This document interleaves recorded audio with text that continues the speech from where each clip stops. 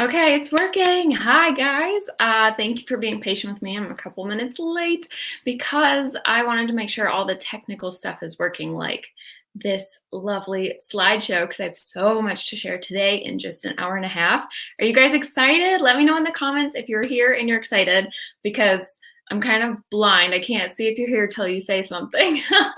So let me know. I am so excited to share today about growing on Instagram. We're going to cover a lot, so I'm going to dive right into it. And first, before I do that, I just want to make sure that you guys can see it before we go too far, and then I find out you guys can't see it. Okay, yay! All right, I see all these comments coming in. I'm so excited you guys are here. Happy Saturday. All right, so I'm going to pull up my slides. I have a lot going on this screen. All right, if you guys attended last night's sneak peek, then you know exactly how I'm going to approach today's class. I'm going to bring tons of insights and strategies and tips and action steps. That's my alarm to start the class. And we have a lot to talk about. So here is what we're covering today. I just wanted to give you guys a little preface and overview. So I'm going to make this bigger so you can actually read it. Today we're covering your profile. Oops, there we go. Work with me, computer, work with me. There we go. We want to talk about the 15-second rule, your profile picture, SEO, which is search engine optimization, AKA making that name line in your bio searchable. I want to talk about those little 150 words and the I help phrase. I want to talk about the call to action, your links, your story highlights, and so much more. If we have time, maybe we can do more on this specifically, like audits at the end. If you guys want, let me know. I'm happy to do that. And then we're going to talk about photos, coming up with them, taking them, editing them, captions. We covered this last night, but again, I want to do a quick review for anybody who didn't catch that live. And then I want to dive deeper and I want to talk about niche content. Plus, I have some cool templates to share here on Patreon that you guys all have access to and you can try out if you want. Then we're going to talk about hashtags. There's so much right now, you guys. After hashtags, I want to talk about, first of all, the basics, but then I also want to go into a secret strategy that nobody is really using. I want to talk about stories, why stories help you grow so much, best practices for how to actually use them, and then over a dozen different fun hacks to make your stories more exciting and more engaging, which ultimately, as you guys know, engagement is the goal here. So, other growth strategies that I'm also going to tie in, believe it or not, we're also going to manage to fit in talking about time of day, consistency, focused content, giveaways, business accounts, IGTV, live streams, photo challenges, Instagram ads, and of course, what real growth actually is. So I want to check the comments really quick and make sure everything's showing up. For some reason, I'm not seeing comments in the StreamYard app, but I can see them over on the webpage. So let me just go over there quick. I see Sarah, Kira, Jennifer, Timmy's here, Martin's here, Sarah, who else? Let's see. I'm scrolling really fast. Carla's here, Leslie's here, Melanie, Michelle, Anne. Hi, guys. JJ's here. I'm so excited you guys are here. I'm so excited you're ready to learn all this fun stuff. So let's talk about, really quick, a few housekeeping things before we start. Everybody watching this is in a different place on Instagram. We have some people who have just started, brand new beginners, which is awesome. Plus, we've had people who have been on Instagram for a while, right? So this is going to be a mix of like Instagram 101 beginner information and more advanced 201 information that you might not apply right away if you're still learning, but I want to give that to the people who are ready for it. So I'm going to try to balance these really well today, okay? If there's anything that's way over your head and you're like, what the heck is she talking about? Because I do that sometimes. Please feel free to ask me anytime. And if it's stuff you already know, I promise you, I'm going to also bring a lot of brand new information. Okay. Also, there will be replay. It will be limited all the way through the end of October, and then I'll have more details about what happens in November. There's a lot to cover. As you guys saw, I have about 8 or 9 hours worth of information that I'm trying to cram into this hour and a half. So my plan for this time frame is we're going to try to hit each topic in about 10 minutes or less to make it through everything and still have time to answer you guys' questions. And so, yeah, it's going to be really fast. That means I'm going to speed through them. If you thought last night was fast, just you wait. But don't worry, because If you do come back to watch the replay, pro tip, just like I said last night, you can adjust the speed of the video. You can either make it faster if you already know something or slow it down. Just click that little wheel looking thing underneath this video and every other YouTube video that says settings. And then you just click playback speed and you choose slower or faster. And like I said last night, it doesn't work on live streams. I'm 1 speed right now and it's gonna be fast, but I wanted you guys to know about this so you can feel, like comfortable if you're like, oh, I missed something. You can just come back and watch it slower if you need to. And then last but not least, for anybody who's new and joining us now and who wasn't here last night, I don't want you guys to think I'm making this stuff up. I wanted to share a screenshot of my Instagram as of October 2019. Like I said last night, I have about 7,800 followers. I've been on Instagram for about 2 years and I've been growing the organic way. So this is what I believe in personally. I think it's way more satisfying and way more worth it. I need a drink of water. And last night I did have you guys do this exercise where you screenshot your profile. The reason I want you guys to do this, if you haven't done this last night, I would love for you to screenshot your profile to document your current followers, your current bio, your current everything before you change it, so you can actually have something to compare to, because Instagram doesn't show you what you've done in the past. And I would love for you to have some proof of the differences between what you write in your bio, what your pictures look like, how many followers you had, how fast you grow, and all that good stuff. So all right, awesome. Before we talk about specifics and the profile, the pictures, blah, blah, blah, I want to talk about real growth and what that means, because there is a statistic that blew my mind and it made me feel so much better about my Instagram account. The average growth rate, you guys, on Instagram is 3.2% a week. So that means that you're likely doing far better than you think. And if not, you will be after you implement the steps in this course today. For example, let's talk about an account with 100 people. That means that average growth rate for you is about 3.2 people in a week. 3 people. Well, 3.2 if that is actually a thing. And then if you have an account with, say, 500 followers right now, that means an average growth rate for you, the 3.2%, is 16 people in a week. So if you look at your account, you might be like, oh, wow, I'm actually doing that. That's amazing. For an account with 1,000 people, that means about 32 people in a week is an average growth rate. So when I heard this statistic, you guys, I looked at my growth rate, which I thought was horrible at the time. And I realized, wait a second, I'm actually above average. I had been so bummed because I wasn't growing like I thought I should, but it wasn't actually that bad at all. And that could easily be the case for you as well. So I wanted to start out with that as an encouragement. But if you still feel like, no, I'm below average, I'm frustrated still with my growth, don't worry. That's why we're here today. And that's why I'm so excited to help you, because I'm going to help you get above average in your growth, you guys. And I'm so excited for this. So I see in the comments that Jennifer's like, I'm not even at the average growth rate. Don't worry. Kira, don't worry. I have been there as well. It fluctuates and it really does depend on what you do. So I'm hoping that today's tips are going to skyrocket you so that you become above average. And Sarah says, that's so encouraging. I've got 260, about 2 or 3 new a week. So you are right around the average rate. That's actually really good. And Kira says, I'm brand new and too inconsistent. Yes, so we're going to talk about inconsistency and just the fact that being consistent can also help you grow. So this is fantastic, you guys. Yes, exactly. The smaller your numbers are, the smaller your growth rate is. So when I had 100 people, I wanted to be, doubling that every week. And that's not a realistic growth rate. That would be, I'm bad at math. Isn't that like 100 times growth rate? Or anyway, you get the idea. So you can, just a quick side note, you can actually use a business account and analytics to track your numbers if you want to. And I am going to go over the pros and cons of business accounts towards the end of this class.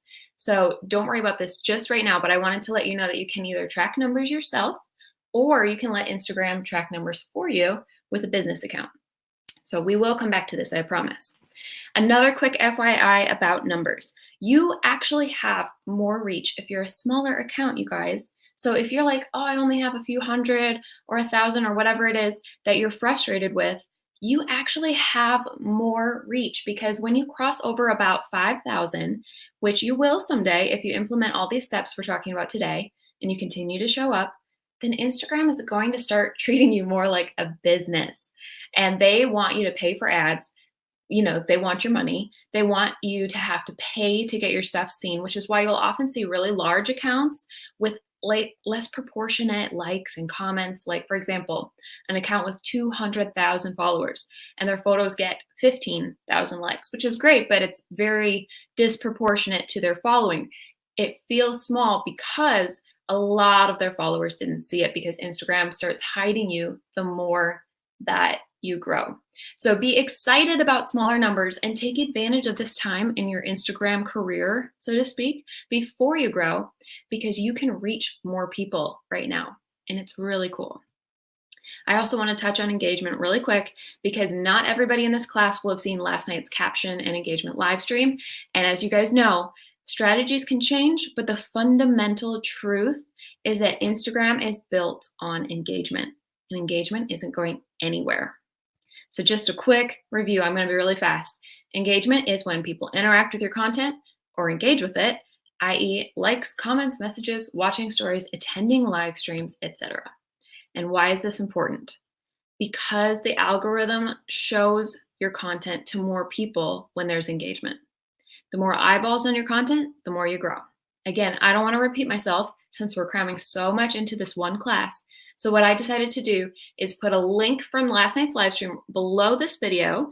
And I'm going to put a bunch of links below this video, and I'll double check because I put some already and some I haven't put in yet. So just come back to it for that, and you can rewatch the video on engagement and captions. But in today's live stream, I want to add a few more points specifically about engagement and why it is so crucial to growing on Instagram. First of all, very few creators actually engage with their audience. So you can stand out, you guys, by growing faster by taking this extra step to engage with them. By that, I mean you can answer your comments. When people comment on your post, you can actually reply to them. You can answer messages as much as you possibly can. It's harder as you get bigger to answer everybody. It gets really hard because you don't want to spend your entire day on Instagram. But when you're a smaller account, you have time to do this. You can reach out proactively instead of passively waiting for people to come to you. You can go out to your friends' accounts and new people's accounts and like their photos, comment and message people yourself. I never suggest doing fake engagement though, just a quick side note. And it is not easy to do genuine engagement. It requires spending time to actually write a genuine comment, develop real relationships and all of that, because social media is meant to be social and it rewards you when you are social and you engage. Yes, Timmy, engagement is so beautiful. Exactly. People, it means so much to them when you actually reply, just like in real life. If somebody says hi to you and then I'm going to reverse this. If you say hi to somebody and they ignore you, you don't feel good. But if you say hi and they say hi and smile back, that's a good relationship and you like that person and you want to talk to them again. So engagement really does incredible things. Like we talked about last night, it's a cycle. It lets Instagram know to show your information, your content to more people, which makes more people interact, which makes the cycle continue. So I have a few very specific action steps for how to get more engagement before we go into other topics. The biggest one, you guys, is to just ask questions, both in your feed posts and in stories. If you actually ask them something, they're way more likely to answer. So this is above everything else. My number one ultimate tip for engagement, just ask questions. Another one is to include a call to action in your bio and in every caption, which we talked about last night, because this makes them want to actually answer you and engage with you and do the things that you've asked them to do. So essentially, you can build engagement by just forming real, genuine relationships. Engagement is a strategy. Real relationships automatically help you. So these are just a few examples of building engagement really, really intentionally. And if it's real, then obviously it isn't fake and it isn't forced. I promise we're going to talk more about engagement throughout this live stream. But now that we've defined it, growth and engagement specifically, which are kind of the pillars of everything else we need to know, let's dive into the specifics. All right, so your profile.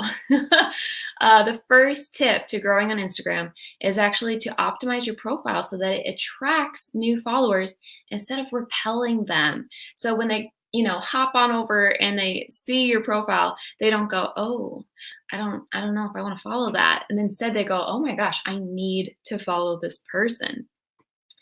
The 15-second rule is the very first thing that I want to talk about with your profile.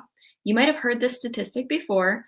I think I talked about it a little bit in an Instagram post this week. It is that you have roughly 15 seconds or less for somebody to look at your profile and either decide to follow you or click away.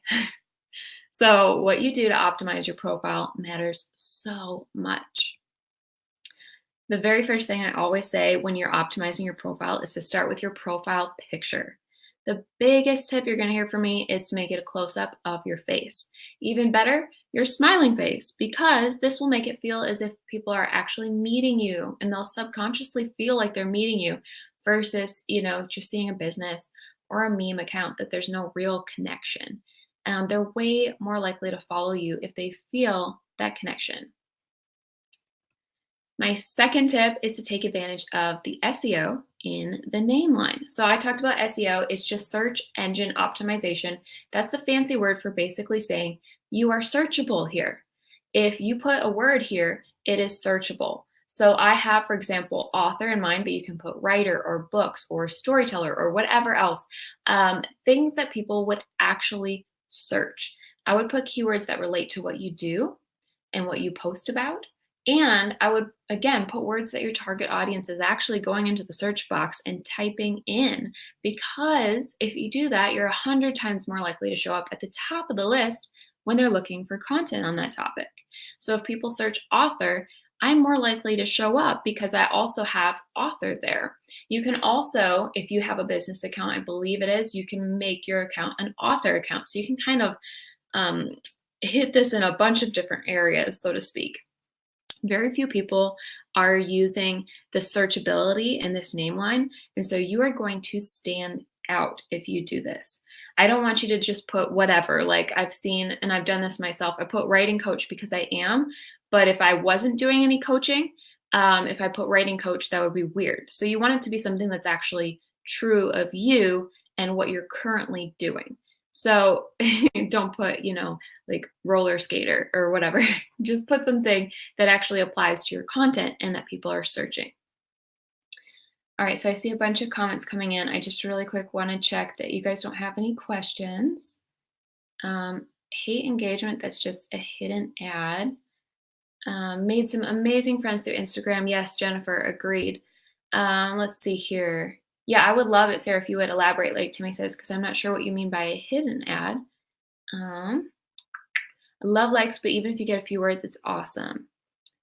Sarah says, oh, I've just had the occasional person comment on my post and then I have a link to say, come here to get, oh, yes, Sarah. So it feels like they're being nice and commenting, but then they're like, here's something you should do for me. Definitely don't do that. That's, yeah, I agree. That's very spammy. And unfortunate.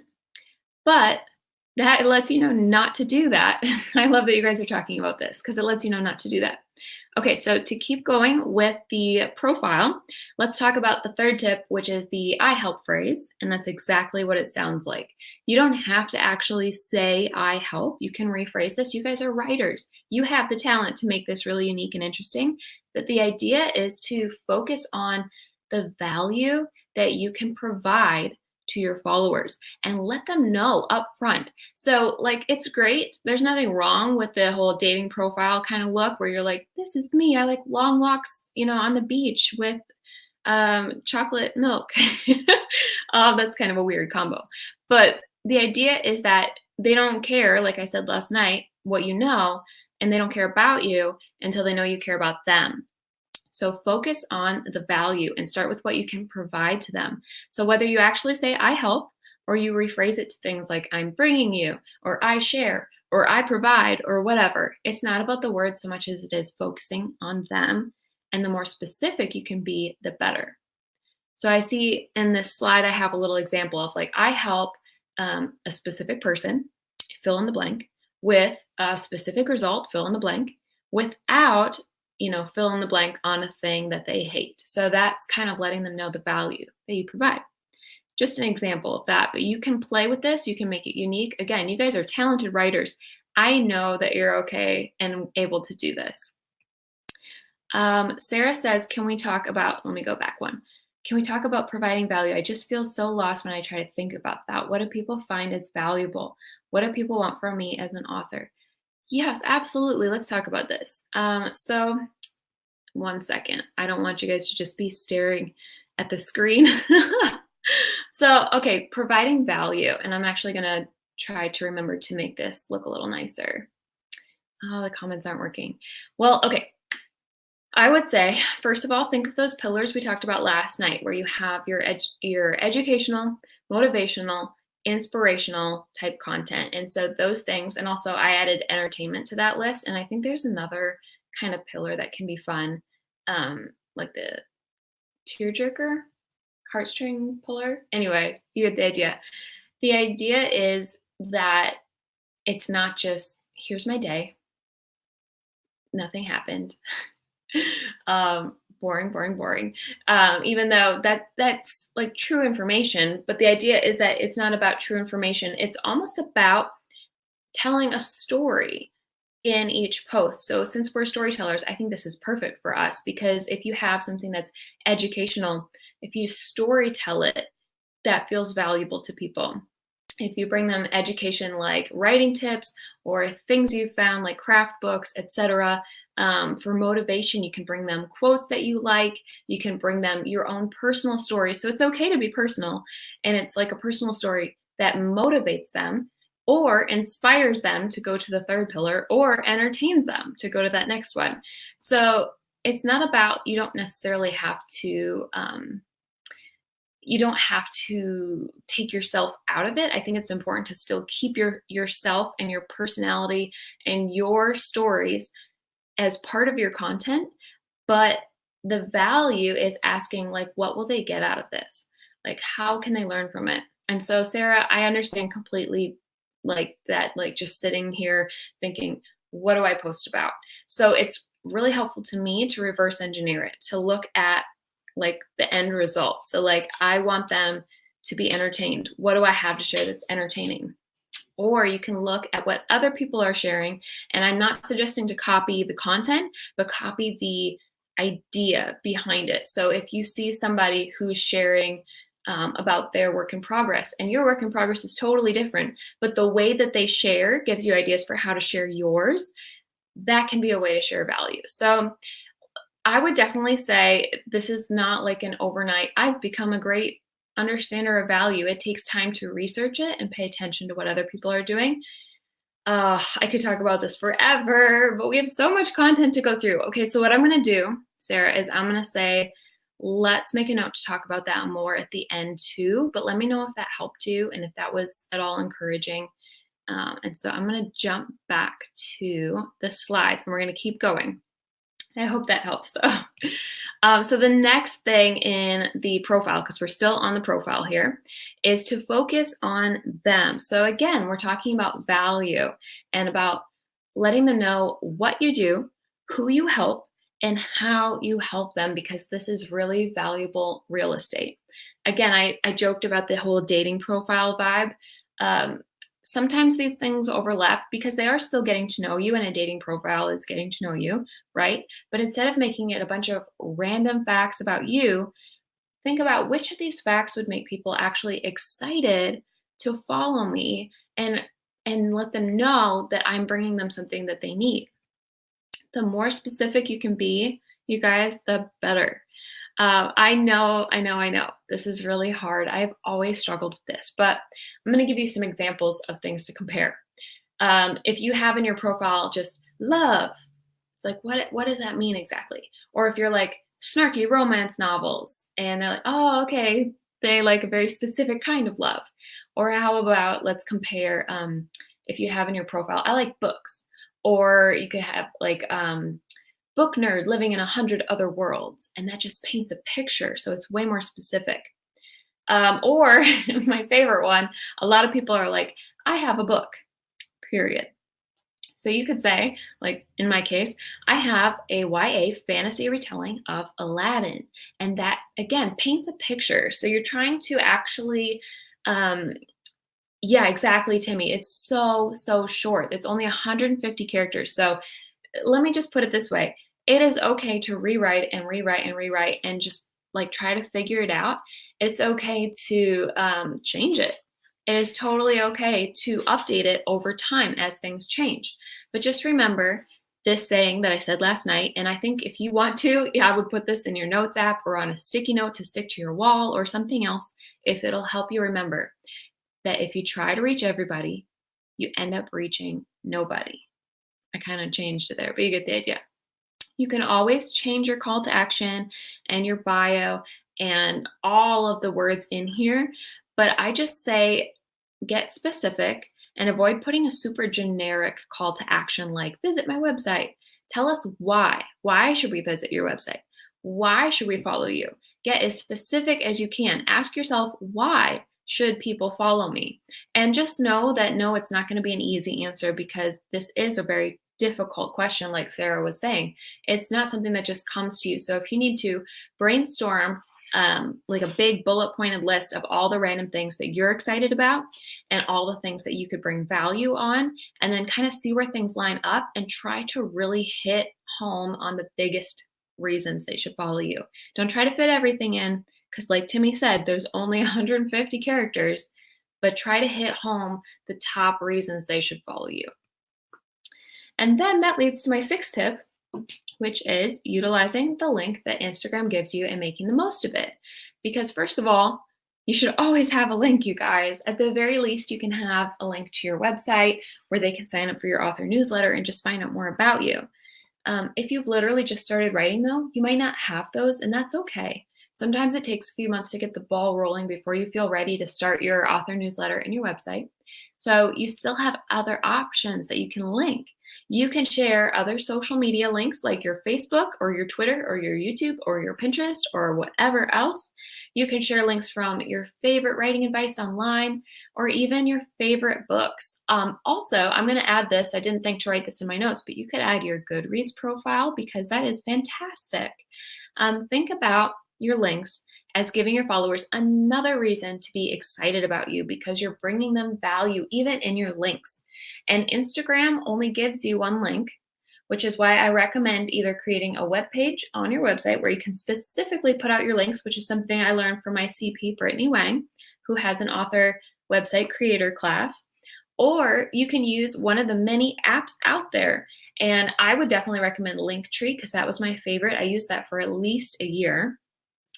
JJ has a fantastic question. Should you use hashtags in your bio? So I would say, first of all, JJ, I do this. And so it's understanding why and if it's worth it for you. So number one, is it a hashtag that you use all the time?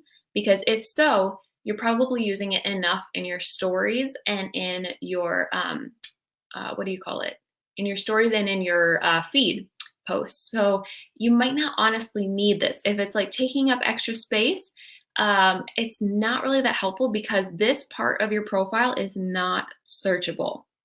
Now, that said, I actually do have a hashtag in my profile currently, and that is, I believe it's the title of my novel because it doesn't take any more space for me to mush it all together. That hashtag at the beginning actually removes 2 spaces because it has to bunch all together. So it actually makes my profile like 1 space shorter. So it's not a huge difference, but I think that it's not a big deal in my case. But if I was adding a big long hashtag, like, because I was just talking about Brittany, for example, she could do author website creator class or something like that, but it's like super long. And instead she could use that valuable real estate to just say, I help authors create websites and like focus on them again, because a hashtag is fun. But honestly, it's not usually focused on your audience, which again, remember, that's our goal is to be like, what do they want to know? What is going to make them follow right away? Because as much as it is to have, like, again, like Sarah said, I like emojis and profiles too. It was so fun for me. I used to do so many of them. And then I found out that they take up a lot of space, and I was wasting a lot of valuable real estate on emojis as well.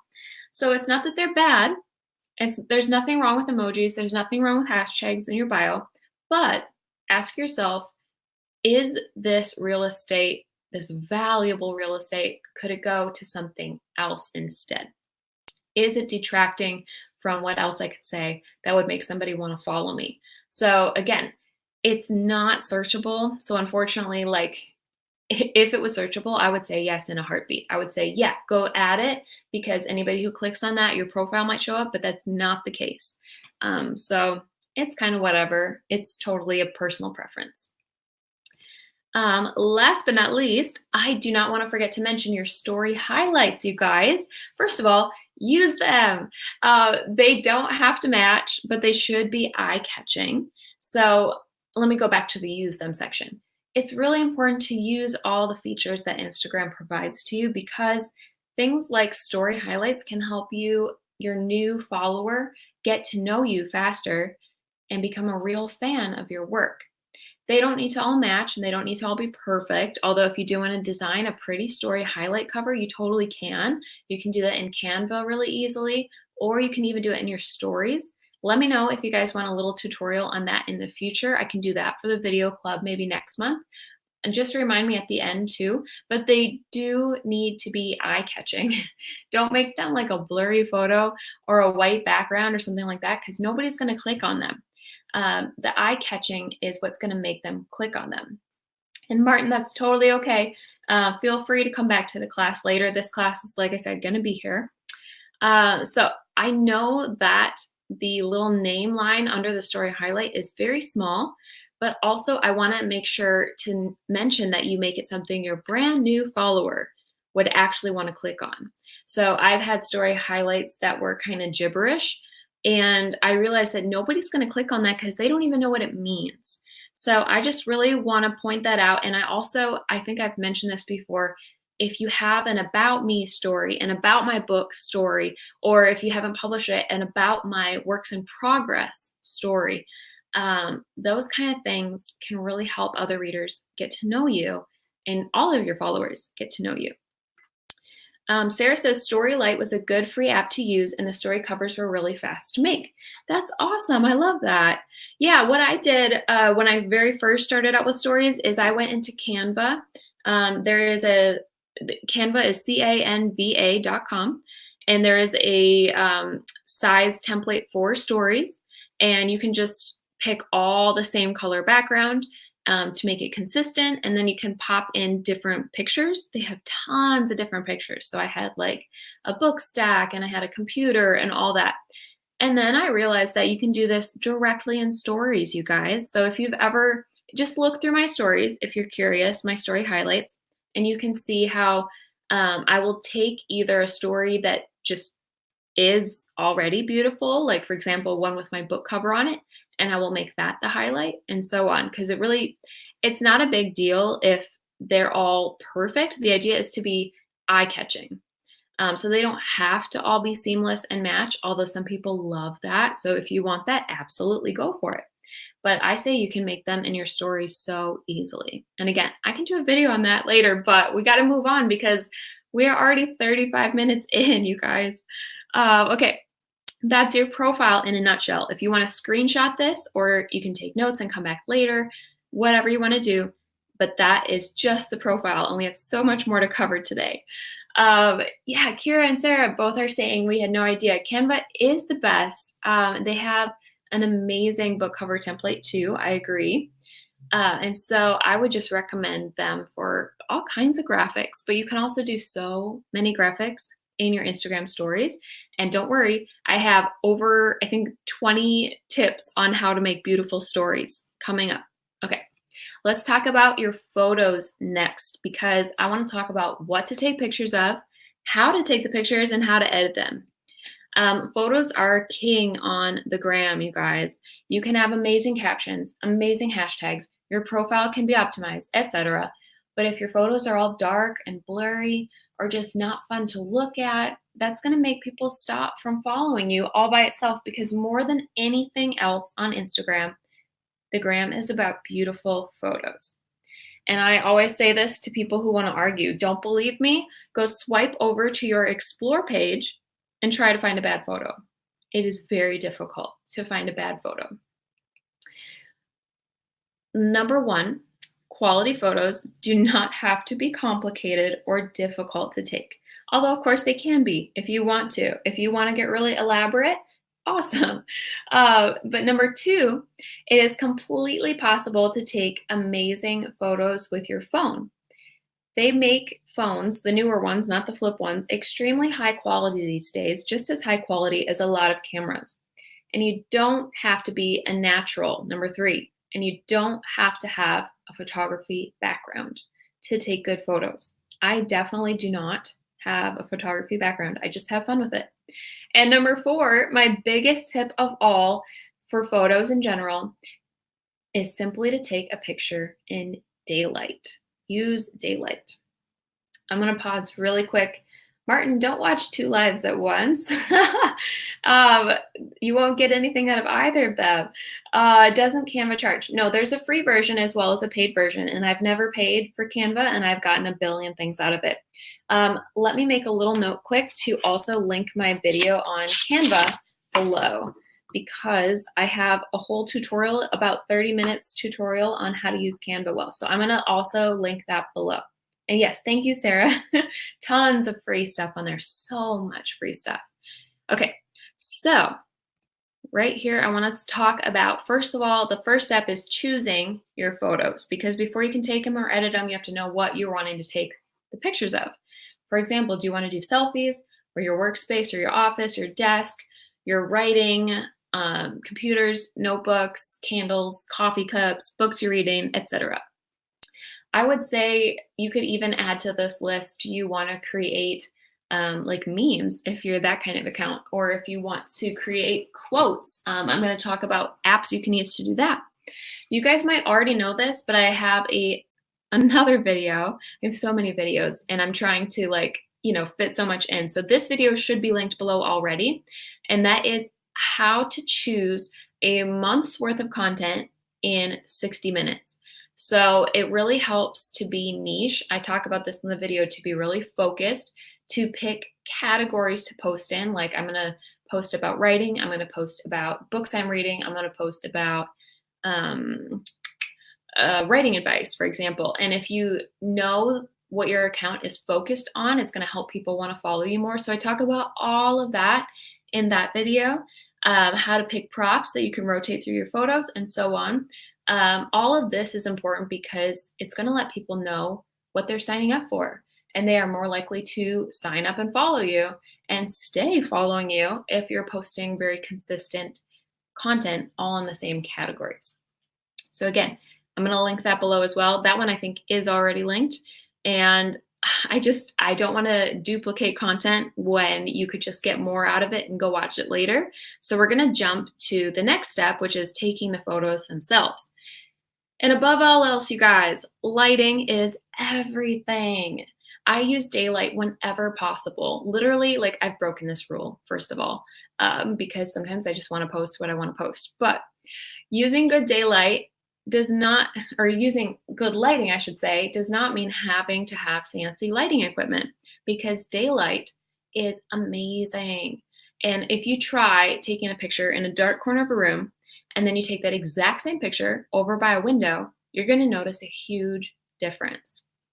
The one thing I do want to note about this, because you would think it's easy, but sometimes it just takes time to figure it out, is that you have to take a photo from the light and make sure that it's not backlit. So for example, here's a fun picture of my house just to demonstrate. On the left is my house from the window. So I'm like taking it with the light pouring in and, in the same direction as the light, I guess is a good way to say it. And then on the right is a picture that I took toward the window, which makes it backlit, is the word that people use for this. And so this is the same room, at the same time of day with the same amount of lights on. And it's still a bright room. So if you look at the picture on the right, you might not think twice about it until you see how much brighter it is on the left. So this is honestly the simplest tip ever, but it is going to drastically increase the quality of your photos because good lighting will also help them be less blurry. It'll help them be crisper. It'll help all these details to stand out, and it'll just pop on the gram. Uh, yes, Jennifer, exactly. I'm so excited that you knew this tip already. And I think Timmy's right too that golden hours can make beautiful photos, but the lighting can be a little weird in golden hours indoors. For you guys who don't know, the golden hour is like sunset and sunrise. And so, oh my gosh, it can make for some sweet silhouette pictures, especially outdoors with like the tree line and stuff like that. You can get beautiful, like very golden sunsets, but it can be a little bit weird indoors, actually. I'm just going to point that out. So I just love, love, love taking pictures with good lighting, but I could talk about that all day. I just wanted to also bring up a few other tips as well. I like when photos have texture to it. So obviously this doesn't apply to like a quote picture or a meme picture because they're flat.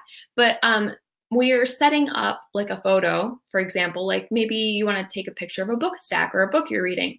I love when a photo has like that texture or 3D look. So it's like it has some height to it if it's like a standing picture, or it has some layers to it that can make it look a little more 3D.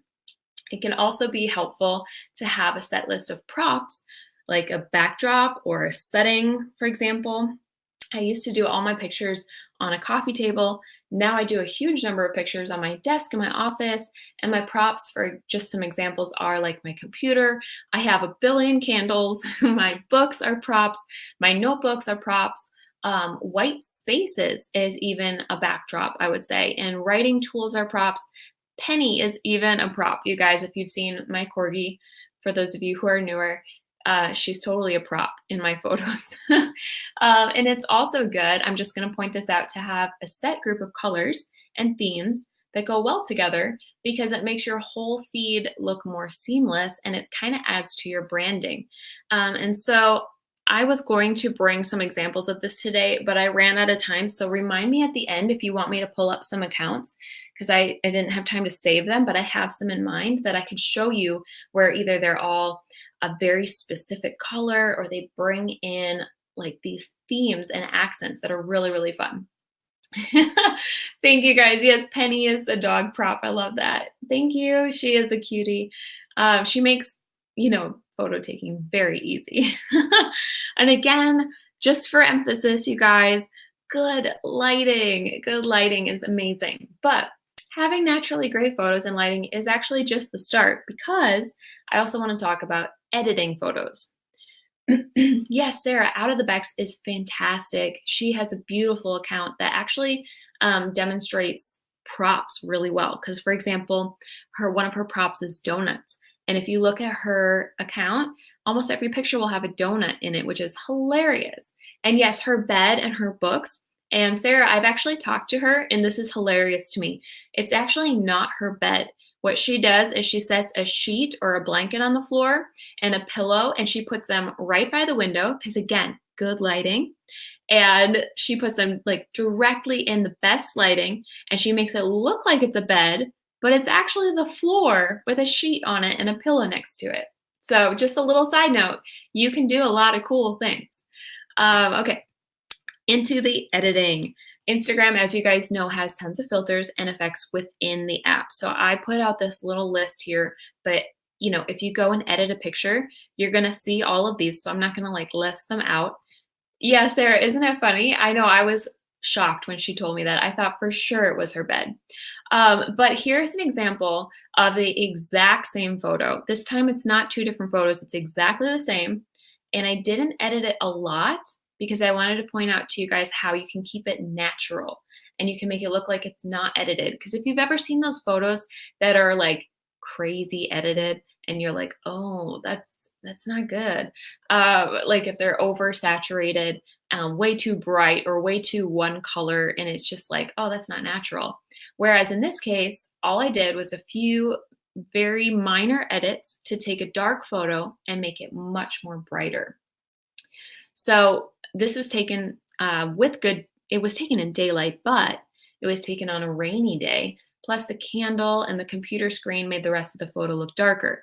So as you can see, even if you have, daylight, sometimes you're still going to want to edit. In fact, I would say always you're going to want to edit. And I'm going to go into that in a second, just for consistency and to create a very unique look for your account.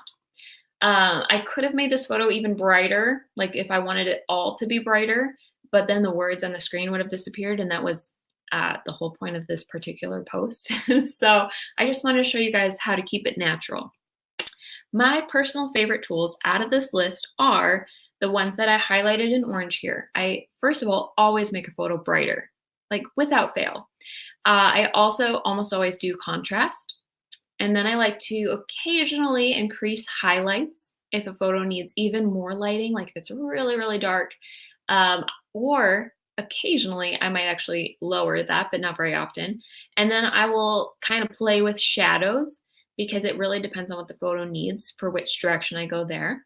And then I'll add a little bit of saturation, just a little pop more color. And by the way, this is my particular editing strategy. You're going to want to make your own editing strategy. Under the color option, I actually make all of my photos blue, but I will drop it down to only about 10%. So you're not going to notice it unless you see the original photo next to the ones in my Instagram. And then you'd be like, oh, wow, there is a blue layer, but you're not going to see it because I keep it very natural. I keep it very low. Like I said, only about 10%, which you can do if you double click on the color a second time. They will let you see a scale, and you can see a scale for all of these. So what I'm going to say for my biggest advice when you do any filters at all, because like Timmy said, I don't like using filters because they're usually a little too strong. What you want to do is only do 5% to 30% in the change. So when you pop a filter on, it's always at 50%, and you can make it stronger or you can make it less strong. And so I always, always, always make it less strong because you want it to stay natural. You want them to just be more pleasing to the eye when they're natural. And so that's almost always going to be preferable to your followers. Now you can play with this. If you want to make all your photos just a little bit oversaturated, which is a little bit too bright or too colorful, I should say, that's fine. But the reason that I really, really love to do this is I love to keep it natural, because if you look at your Explore page, again, look at those examples. They're going to have great lighting, yes, but they're also going to have quality, natural looking editing. Pictures end up on this Explore page for a reason, you guys. It's almost always because they're awesome lighting and they look really natural and beautiful. So that's my advice, unless you're a photo genius and you know what you're doing with the editing apps, is to avoid overexposing, avoid overdoing any of the filters. But let's come back to this list, because I want you guys to create your own unique set of edits. The ones that I listed out for you are ones that I strategically tested and tried out over time and kind of built up to be my consistent form of editing. And it's not actually important what you choose as much as it is to be consistent about it, because it's going to make all your photos look like they belong together. It's going to make your feed look really consistent and beautiful. Again, to use Sarah's example of Out of the Becks, you can see all of her photos. She puts a very specific, unique filter that she created herself, actually. I think she created hers, if I remember what she told me, it was outside of the app, which we'll talk about. But you can also create a very consistent feel inside the app. So for example, if you decide to use that warmth option on the list here, you want all of your photos to be warm in that exact, well, not exact, but a very similar amount of warmth, like all around 10 to 20%. Don't switch between making some of them cool and some of them warm, because they're not going to look good together. If you decide to do the color option and you decide to do all purple photos or all green photos and add just a tiny hint of that color, again, keeping it natural, so bringing it way down, then do all the photos that color. Even if it's subtle, it's going to be really, really helpful to keep it consistent. If you want to remove the saturation and you want all of your photos to be black and white, which is a little less catchy to me, but some people do really well with this, then do that with all of your photos. Because as you know, if you have like a black and white photo next to a color photo, they just don't look like they belong together at all. So if you're consistent, like I said, it's going to make it look like all your photos belong together, even if they originally didn't look good together at all. And number two, it's also going to make the photos recognizably yours.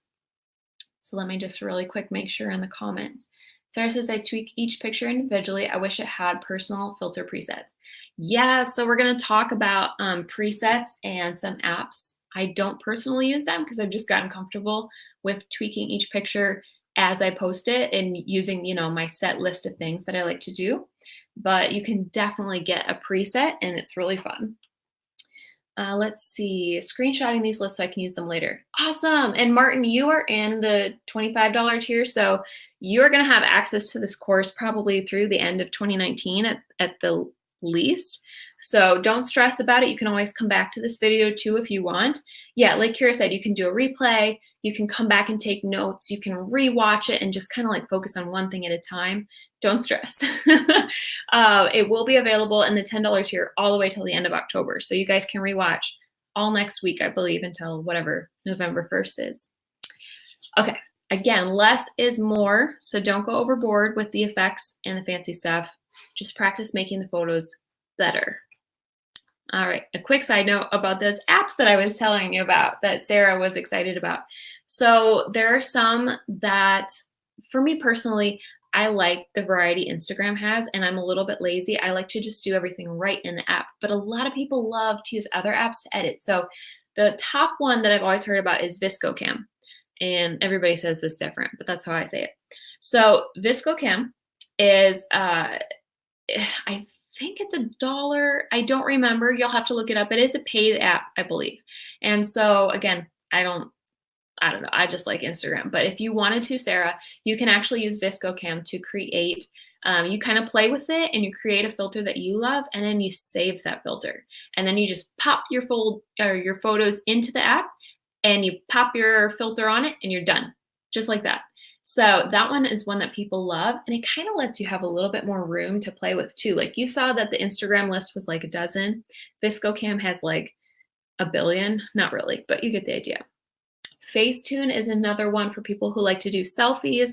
Again, I've never used this one, but I hear that it's really good for if you're just doing a lot of selfies. It can help you, I think it's just with like clearer skin, brighter eyes, brighter photo in general. I've heard that people use it just for the brightness factor, so that's something to look into. I think that's also paid. And then the Later app and the Preview app, both are Instagram related apps that have filters and things like that within them.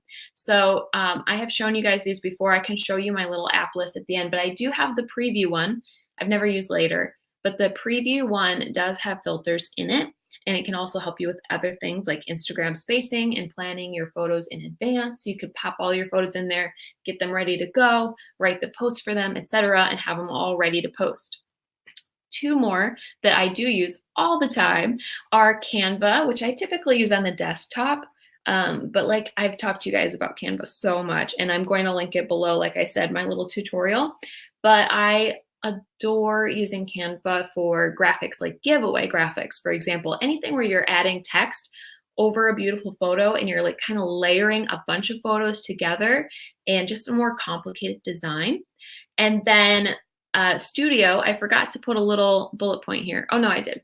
Studio is an app that I do have, and I don't use it a lot, but I mainly use it when, for example, I want to create a quote, whether a quote for my book or something else.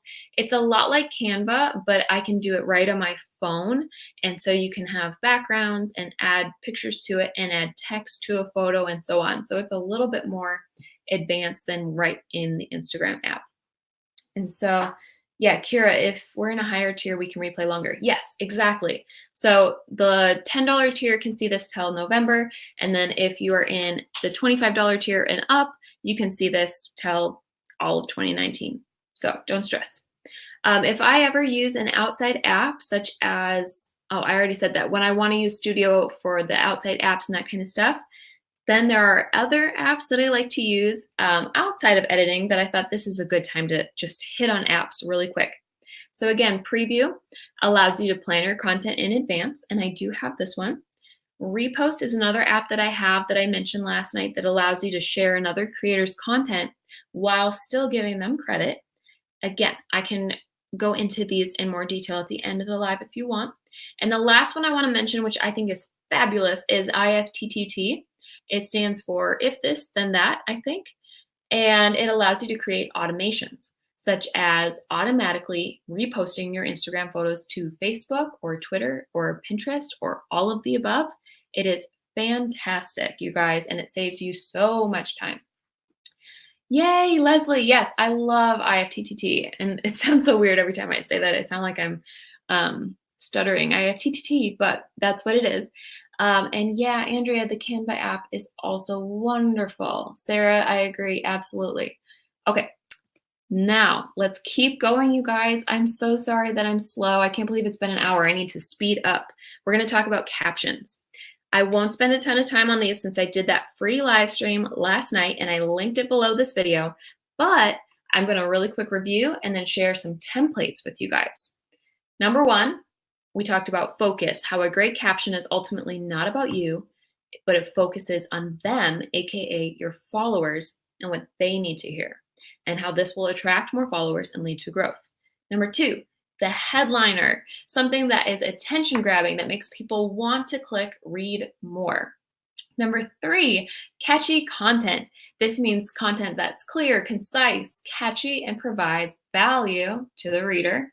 And number four, the call to action in every caption, because your followers aren't mind readers and they need to be told what you actually want them to do, whether liking or commenting, clicking a link, buying a book, etc. Yay, Jennifer, you downloaded IFTTT after last night. That's awesome, Kira. Yay. Martin says, I installed it yesterday and couldn't figure it out. I'll just watch the video later on. Okay, awesome. I can definitely do a video on it. And just so you guys know, you all have access to the social media club tier, the $5 tier as well this month because you're in the video club. So if you want to, in the social media club, I do have a post about IFTTT. And I think it's pretty brief. So if you want, I can add to the list to do a video on IFTTT along with, what was the other video I was going to do? I've already forgotten. Let me know in the comments if you remember the other one that I mentioned possibly doing. But let's go to the templates because, again, that social media club that I just mentioned, which is the $5, and you all have access to it right now, it has these posting templates that I've done. I've done a lot of other posts about social media, about, not just Instagram, but Twitter, Facebook, YouTube, newsletters, etc. So you can go check that out on the Patreon page. But specifically, I've done posting templates, and I did one just this morning. I scheduled it to post so that you guys could see it like right at the top of your list. And these are like social media Mad Libs is what I call them. So basically it's kind of a fill in the blank. I give you like ideas for what you can post about and like actual content if you want to use it directly as is and just fill in the blank, or you can use it as a springboard to rewrite and make it your own. Again, these are $5 to everybody else, but they're free to you guys right now because you're in the tier above them. So I'm going to make a note to check that I linked the social media club, and then you can go and check this out after the video and just have fun with it. This is an example of the 12th one I did for NaNoWriMo specifically, but I have like introduction posts or what I'm working on posts and that kind of stuff. Okay, so the next thing we're going to keep going is hashtags, because there's the original way people use them, plus there's a secret strategy that almost nobody is using. So how to use them both passively and proactively. I see people using hashtags 3 different ways. They use them not at all, or they use all 30 on every single post, or they use them in the secret way that I mentioned that nobody else is really using. Hashtags used to be big, but you guys, unfortunately, people have really flooded them with randomness, and they're often not accurate anymore. So unfortunately, because of this, hashtags have lost a lot of value in the original way that they were intended. The way that I'm going to show you to use them proactively is actually going to help you find people using the hashtags instead of passively waiting for them to come to you. And Jennifer says, this is where I struggle. Yay, I'm so excited to talk about this then, because this is going to be fun. All right, first, the original way, because I know not everybody on here actually knows the original kind of intentions for how they were supposed to be used. For example, in the past, if you posted hashtag am writing, which was kind of the biggest one out there, it used to help other authors find you. But the problem is that now, if you look up the am writing hashtag, it is flooded with posts that aren't even relevant. And, you know, Instagram isn't watching and like making sure that everything is actually relevant. And so either a hashtag is too big and it's just like, you can't even find what you want there, or it's too small and nobody's really using it. So this is the condensed explanation of how to use this original method, because there's still some value to it. If somebody follows a hashtag, there's an option to follow hashtags now. So you could show up, or your hashtag could make you randomly show up on the explore page, or you could have one of those rare unicorns that actually still browses the hashtags and could find you that way, and then they are still helpful. All right, so step one of the original hashtag method. You browse the hashtags to find ones that are relevant to your account. You can go over to the search bar and type in things like writing, reading, books, bookshelf, author, indie author, etc. Like everything relevant to what you enjoy and you think your followers would enjoy following. Take notes on all the different hashtags you can find. I used to have a notebook full of hashtags. The second step is to choose hashtags of all different sizes. So you'll look at the top of the screen and you'll see that some say there's like 1 million different hashtags in this particular hashtag. Others will say there's like 100 or 1,000 or 10,000 and so on.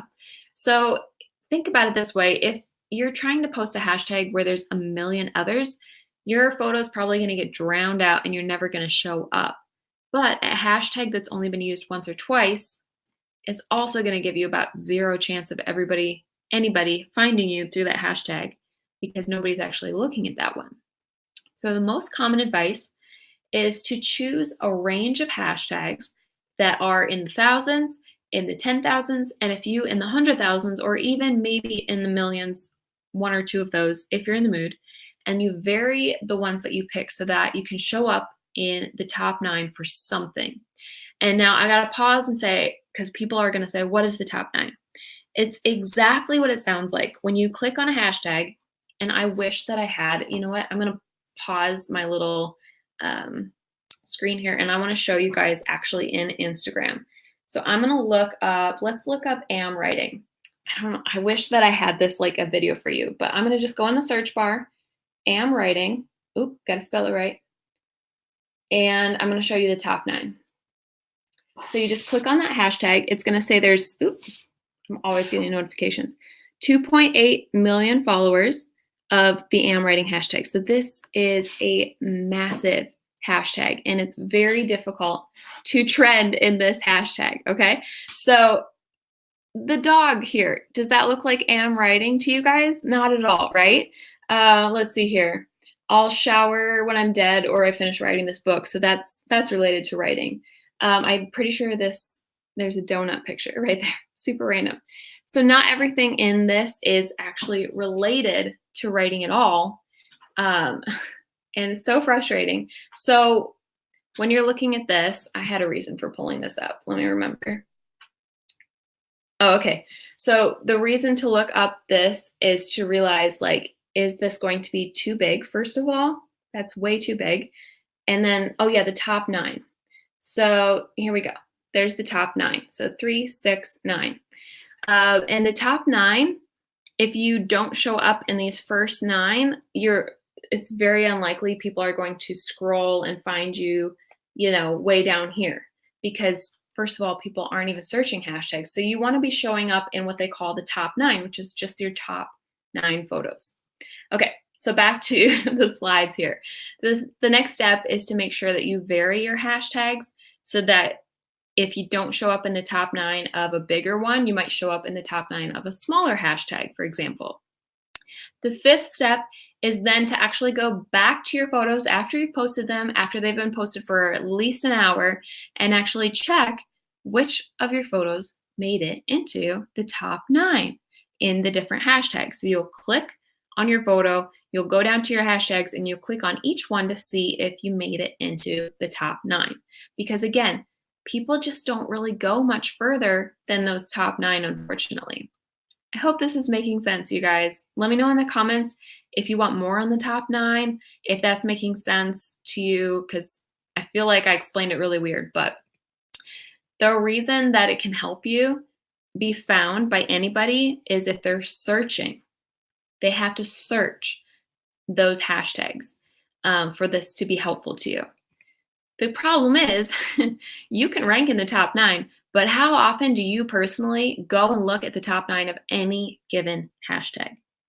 I personally have probably looked at the top 9 of hashtags about 5 times this entire year, and about 4 of those times were to prepare for this live stream. So yeah, Sarah's like, I barely did any of those steps. Exactly, Timmy, exactly. We don't really search hashtags very often. So if we don't search them, what makes us think that other people are going to search them and find us that way? Like, it doesn't really happen anymore. It used to happen, but it really doesn't happen anymore. So while it's not bad to add hashtags to your photo, because you could end up on the Explore page, and maybe if somebody's following a hashtag, you'll show up. But that's why I really love this other proactive strategy. This strategy is so much more useful. This is just how it sounds. It is about being proactive and going out to other people through the hashtags instead of passively waiting for them to come to you. And it's important to do this step genuinely, you guys, because I will never, ever, ever encourage that whole follow, unfollow trend. I hate that trend. So just keep in mind that I am encouraging you to do this in a genuine way and in a way where you actually want to do it.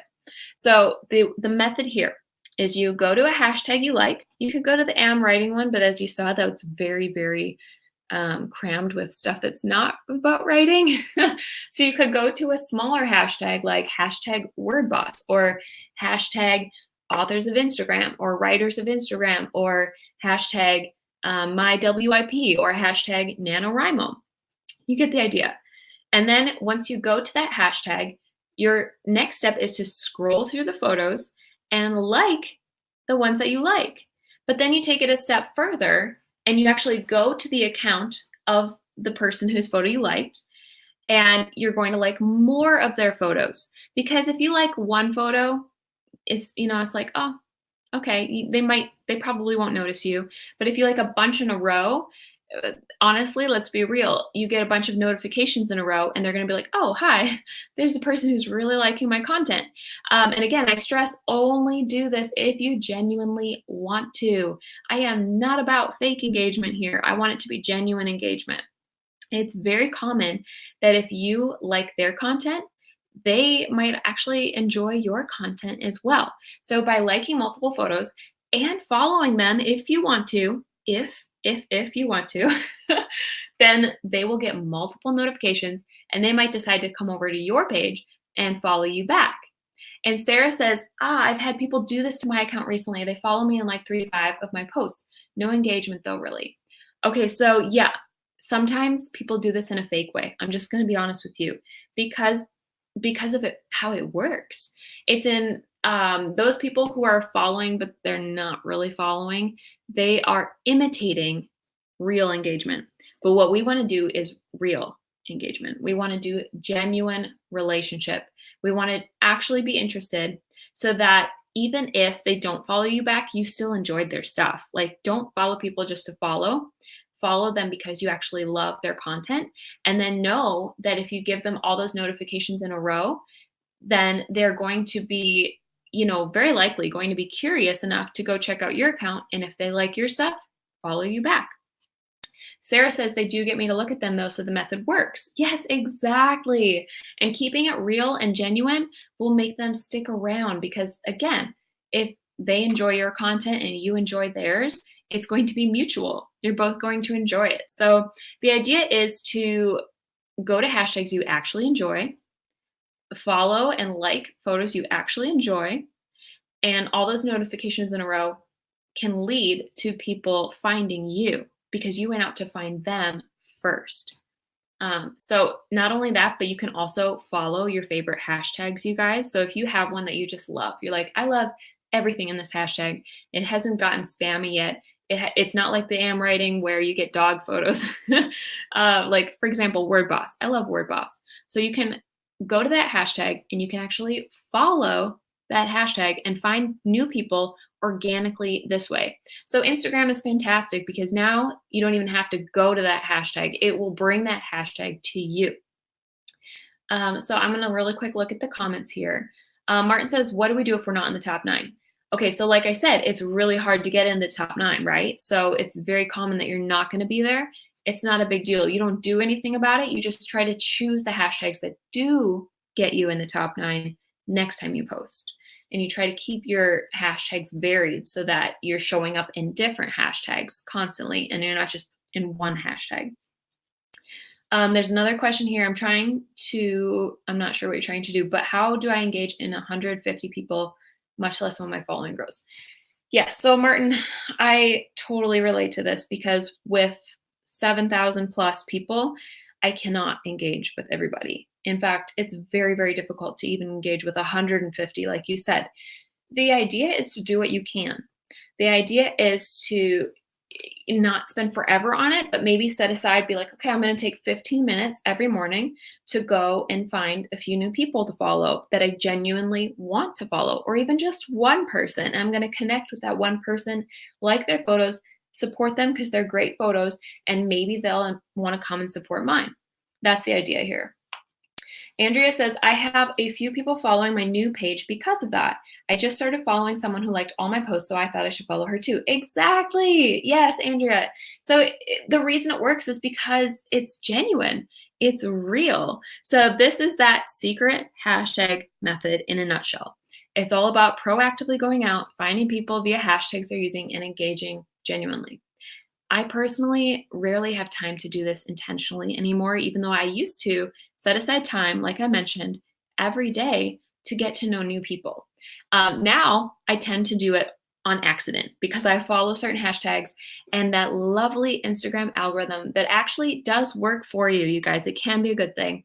It will introduce me to new people all the time as I'm scrolling. I'll go, wow, I love this content, and I will like a bunch of their photos and follow them. And then they may follow me or they may not. I am not concerned with that. I want to only focus on being genuine and following people that I actually want to follow and let the relationship form naturally. And Martin, yes, commenting on posts, that is an additional one. So you're liking and following these people. If you drop a comment, and a genuine comment, as I always say, so not like a bunch of emojis, but like, wow, I really love your coffee cup. Where did you get it? Or, obviously if they have a coffee cup in the photo, you get the idea. The genuine comments can also just add another notification to the list that makes them want to talk to you. And they might, if they're bigger accounts, not come and look at your stuff. So just be aware that the goal is genuine relationship. And sometimes it takes multiple comments, and they might get so many comments and likes and whatnot if they're like 100,000 followers that you don't stand out the very first time you do this. You have to do this multiple times and then you will stand out. So that's just my encouragement to you. Sarah says, I always comment back when people comment. Even simple stuff is good. Exactly. I love that. And Kira, I try to comment on posts as well, but not everybody because I never get off Instagram. Exactly. Yeah, that's why it's helpful to set a time limit to your growth strategies. Like, I'm going to spend 15 minutes on growth strategies today. I'm going to set a timer and then I'm going to move on with my day. So just want to encourage you guys with that. Whew. All right, we are like 10 minutes left of the 90-minute live stream, and I have at least a third left to teach you. So let's dive into stories because we've covered what to do in your feed posts, But what about stories? I want to spend a good chunk of time on these because I have a ton of fun ways to make them more beautiful and engaging. And also, just so you know, stories can help you grow a lot. Stories can often help you more than a post in your feed. Why are they important and how do you use them effectively? They're important because, number one, unlike posts, you can actually pop up first thing at the top, always, especially if someone is consistently watching your stories. You're going to be the first one whenever you pop up. I don't know if you guys have been my friend for a while on Instagram. Maybe you've seen this with mine. Like each time I have a new story, Instagram lets you know. And then number two, you can use stories far more frequently than posts. So if you post on Instagram more than once a day, people can get a little bit annoyed. It's the standard is like once a day or a couple times a week, you name it, but usually not more than once a day. So on stories though, you could post 20 times a day. You could even technically post 100 times a day if you had that much to say and actually valuable content. In this case, the quality bar is a little bit different because it's less about perfect photos and long captions and careful planning, and it's more about authentic, entertaining, encouraging, motivating, real life stuff. Not only that, but number four, you can actually grow engagement in a huge way by using stories. And like Timmy says, I love stories more than posts. Yes, they can actually help you with engagement, and I'm going to show you how. First of all, though, how often should I post the stories to be relevant and grow? Well, a good rule of thumb is at least once a day. So this is by no means a law, you guys. If you miss a day, no big deal. It can be a good way, though, to keep your followers engaged with you if you're not posting. If you're just not able to post, then doing a story can keep you relevant to the Instagram algorithm. And honestly, it's just a really, really fun place to share the fun things you're doing, like good books you read, crazy dog posts, whatever you're up to, both in your writing and outside of writing. All right, so here are just a few examples. You could post about yourself personally, like a talking video where you share a story. You could post a photo or a video snapshot of what you're doing, what you're working on, your story, your day. You could post something from your feed. Like, for example, when you post to your feed, you can let people know in your stories, and it can be a lot easier to have engagement if you do this. So you could also post from another person's feed, like if you see a beautiful quote you like or a book you like.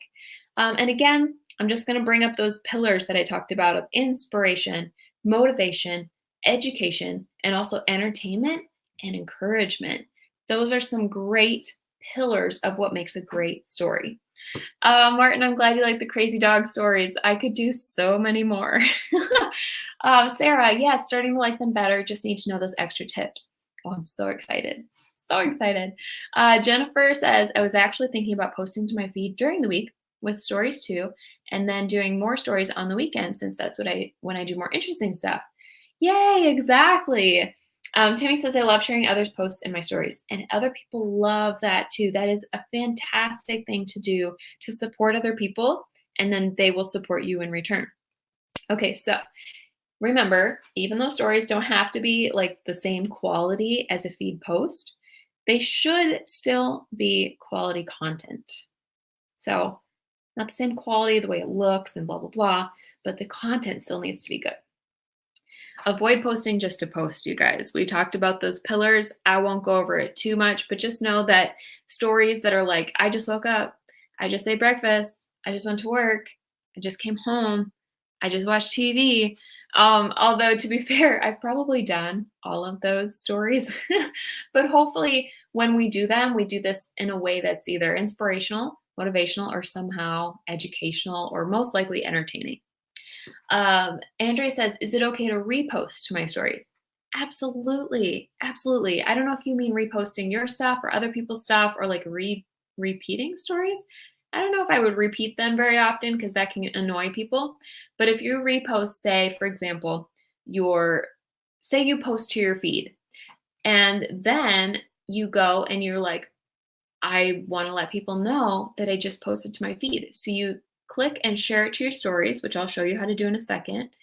And so it's kind of like reposting and sharing it twice. But the thing is, you're going to pop up at the very top of somebody's page versus your feed post might get buried, like we talked about. So it is very helpful to just let your followers know and try to do it in an exciting way. So I would say yes, repost as long as it's fresh and engaging. Oh, okay, repost other people's stuff like on Twitter. Okay.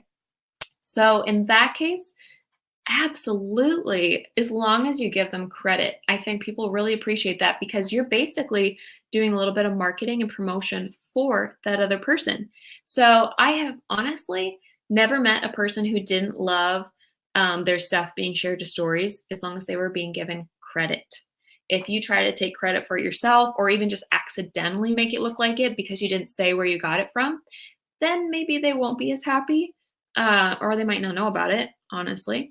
But I would just say give them credit, which we'll again talk about. I'm going to show you how to do that.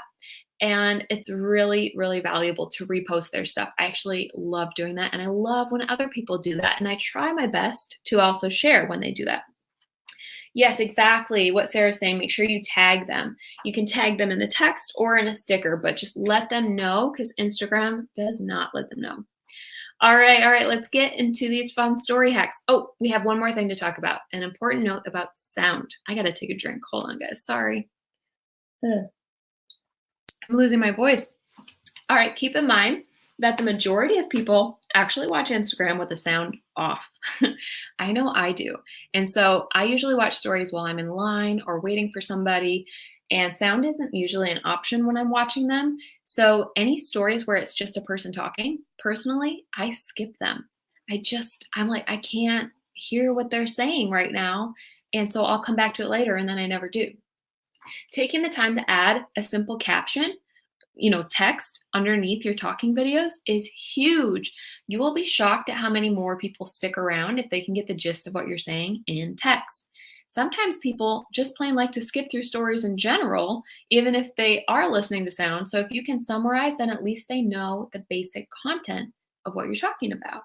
And you'll see me do this a lot. So if you want examples, just watch my stories. I try to always include a little bit of text on talking stories. According to my analytics, I actually reach more people through stories than I do through feed posts by a lot. So don't ignore your stories, you guys. Take the time to practice doing a story a day if you can. Try to be brave and show your face occasionally because people, again, connect way more with you if they can meet you and see your face. And Leslie says Laura Ferrari does this now and I can watch her stuff anytime. Exactly. I love Laura's stories. She does a fantastic job of doing stories. She makes some really cute ones too, by the way. Don't stress over them because remember, if they aren't perfect, they disappear in 24 hours. So don't stress. Remember what I've said before. When it comes to stories specifically, done is better than perfect. And again, I'm going to bring this up from last night's caption training because I think we all need the reminder, including myself. Messy action is always better than doing nothing because you can learn from it, but you can't learn from doing nothing. And you can't get better unless you've had time to learn and practice. And I hope this will encourage any of you who struggle with perfectionism to just jump in and try things because I can teach you all day, but you won't truly understand what works for you and your account until you try things. And JJ, thanks for hanging out. I can't wait for you to watch the replay and catch the rest because we're about to go into the story hacks. And last but not least, if you feel awkward talking in stories, you're not alone. Don't worry. Know that it gets easier with practice and don't feel like you have to do a lot of it. You can just try it now and then and you can share other things like books you're reading, things you recommend and enjoy, things that motivate and inspire, and so on. Anne says, I've seen people who post entire captions to their videos so I can read everything they're saying with the sound off. Yeah. Actually, speaking of Laura Ferrari, she does this where she copies word for word what she says. And I think that's fantastic. I'm a little lazier, so I like to sum it up. I'll be like talking, and then I'll put like a kind of a headliner to go back to what we said about captions before for the general, what I said in that caption. All right, now I have 12 plus, more like 20 different ways to do stories. Because remember, the goal with stories is to keep people engaged. Engagement leads to growth, and people can engage with stories in a way that will make the algorithm take notice. But boring stories make people click away, and exciting stories make them stay. And that rhymed.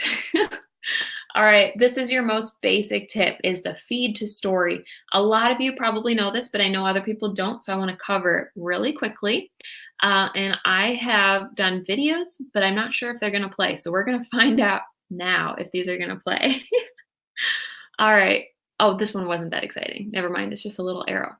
Click on the little paper airplane option right here underneath any post at all. It can be your post or someone else's, and you can share a photo to your feed. So this is another video. Let's see if we can make this one play. All right. So what you're going to do is once you're there, you're going to resize. You can use 2 fingers to make it bigger or smaller. And I like doing bigger like this because it makes it look like it's just a regular photo and it's not even from your feed.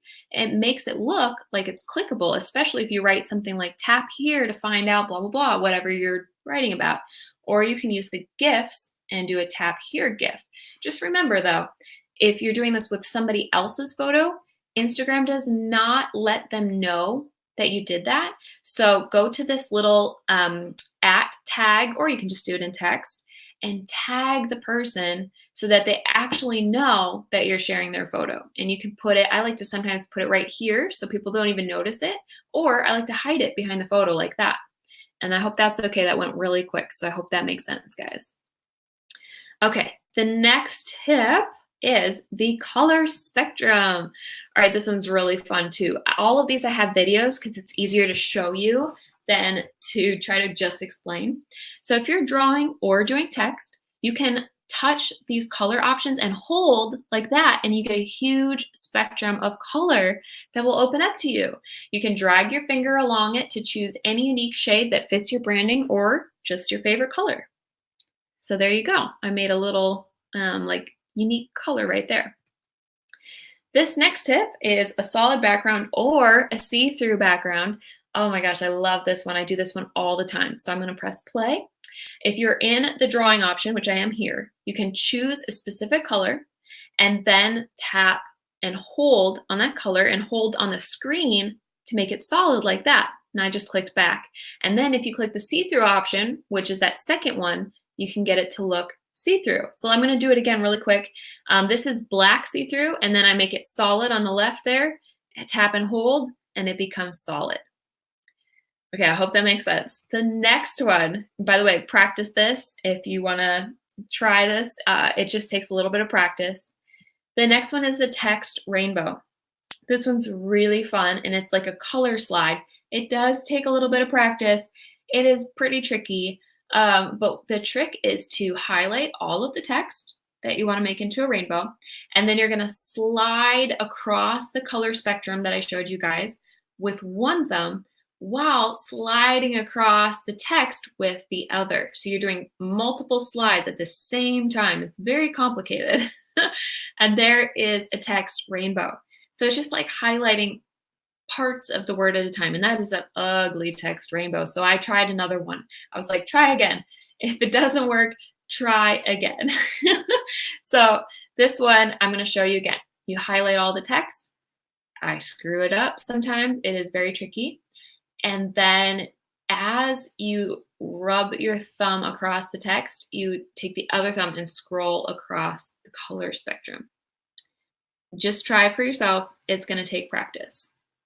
The next one is ombre text. So it's the same idea. Sorry that this video is in a funky place, but it's the very same idea, except instead of sliding across the color spectrum, you slide your finger vertically. You slide it up. And you're going to notice that I struggle with this one the most. It takes practice. But see how I'm going up through the color, and it's an ombre look. So you're staying in the same shade, but you're going up. And again, I did a try again because it is tricky. So you highlight it all. Your one thumb is moving across the text as you go, and the other thumb is moving up through the color spectrum. So I'll grab a color, and it takes practice, and you move up just like that. Ooh. And again, it's not always easy to do it right. It's tricky, but there you go. That is, oh my gosh, I forgot how much I struggled with this one. Yeah, Sarah, way too much coordination required. I agree. It is hard, which is why you don't see me doing this that often. Martin, again, I'm so sorry that I'm going really fast, but we're already at the hour and a half mark and I'm not even close to done. So feel free to come back and watch the replay, guys. Kira, same thing. Thank you so much for being here so long. Feel free to come back and watch the replay. But I'm going to keep going, okay, guys? I'm going to keep running through these. The next one is highlighting just one word. This is one of my favorite ones, you guys. And this is my last color tip for now. What you'll do is you'll highlight that word and you'll just click a different color. That is it. It is as easy as it sounds. It can be very finicky, as you can see here. If you try to mess with it after you highlighted it, it can get all wonky. So you'll just start over. You'll highlight the word again and pick a different color for it. And you can then even do multiple words if you want to, like this. Number 7 is another favorite of mine, which is multiple photos. And this one I definitely needed a video to show you how I did it. First of all, you have to have your Instagram open and a story started. So you can take a story from your camera roll, or you can do that solid screen that I taught you. It doesn't really matter. Once you have a photo, you're going to go to your photo album. I'm going to move this photo to the top first, and then I'm going to go to my photo album. I'm going to pick a random photo, and what you'll do is you'll click that bottom left option in the corner that says copy. This might be different on Androids, but on the iPhone, it's copy, and then you'll see add sticker. It is that easy, you guys. You just add a sticker. You can click on it to move it around. You can move both photos around, really, and just place them however you want. It can make for very beautiful graphics. And then if you want to, you can go and copy another photo, go back to the Instagram story, add sticker, and keep on repeating as many times as you want. So you can have really cool looking graphics and make something that looks like Canva, basically. So that's probably my favorite tip to date. This one I do all the time. And it gets even better. This is even more fun for me. This is like adding multiple photos, but you can add photos from the internet, like frames or logos. So here I have downloaded the NaNoWriMo logo. I click the copy button. I go over to the open story that's ready to go. Remember, you have to have it ready to go. And I add the NaNoWriMo logo. And you can play with it, make it beautiful. There you go. And you treat it just like a photo where you copy it in and add a sticker. Then, even better, you can color match. And I knew we'd have another color tip, you guys. So you can make a photo look more consistent by clicking that left, I did that a little fast, sorry, but that little eyedropper on the left, and then you tap anywhere in the photo to get the color of that spot in the photo. So I'm just doing it a bunch here, but it's that left eyedropper that you'll see, and then I just tap. And you can make it look a lot more cohesive and make the photo match a lot better like this. I know we have so many comments and so many hacks. You guys, feel free to come back to this. Please don't feel like you have to remember everything. But the next one I want to show you is the Instagram space hack. So again, I have a video linked below on how to specifically do the Instagram space. We talked about this last night for captions. And I'm not going to go into it here because it's long. And like I said, we're running out of time. But I will link below how to do an Instagram space. And once you have that set up in your phone, you can also use it here in stories. So the idea is that the app will register this Instagram space, which I have preset in my phone. And it thinks that there's text, even though there's not. So it will let you have that background on certain types of text. You'll notice if you click through, not all the text have a background, but these two do.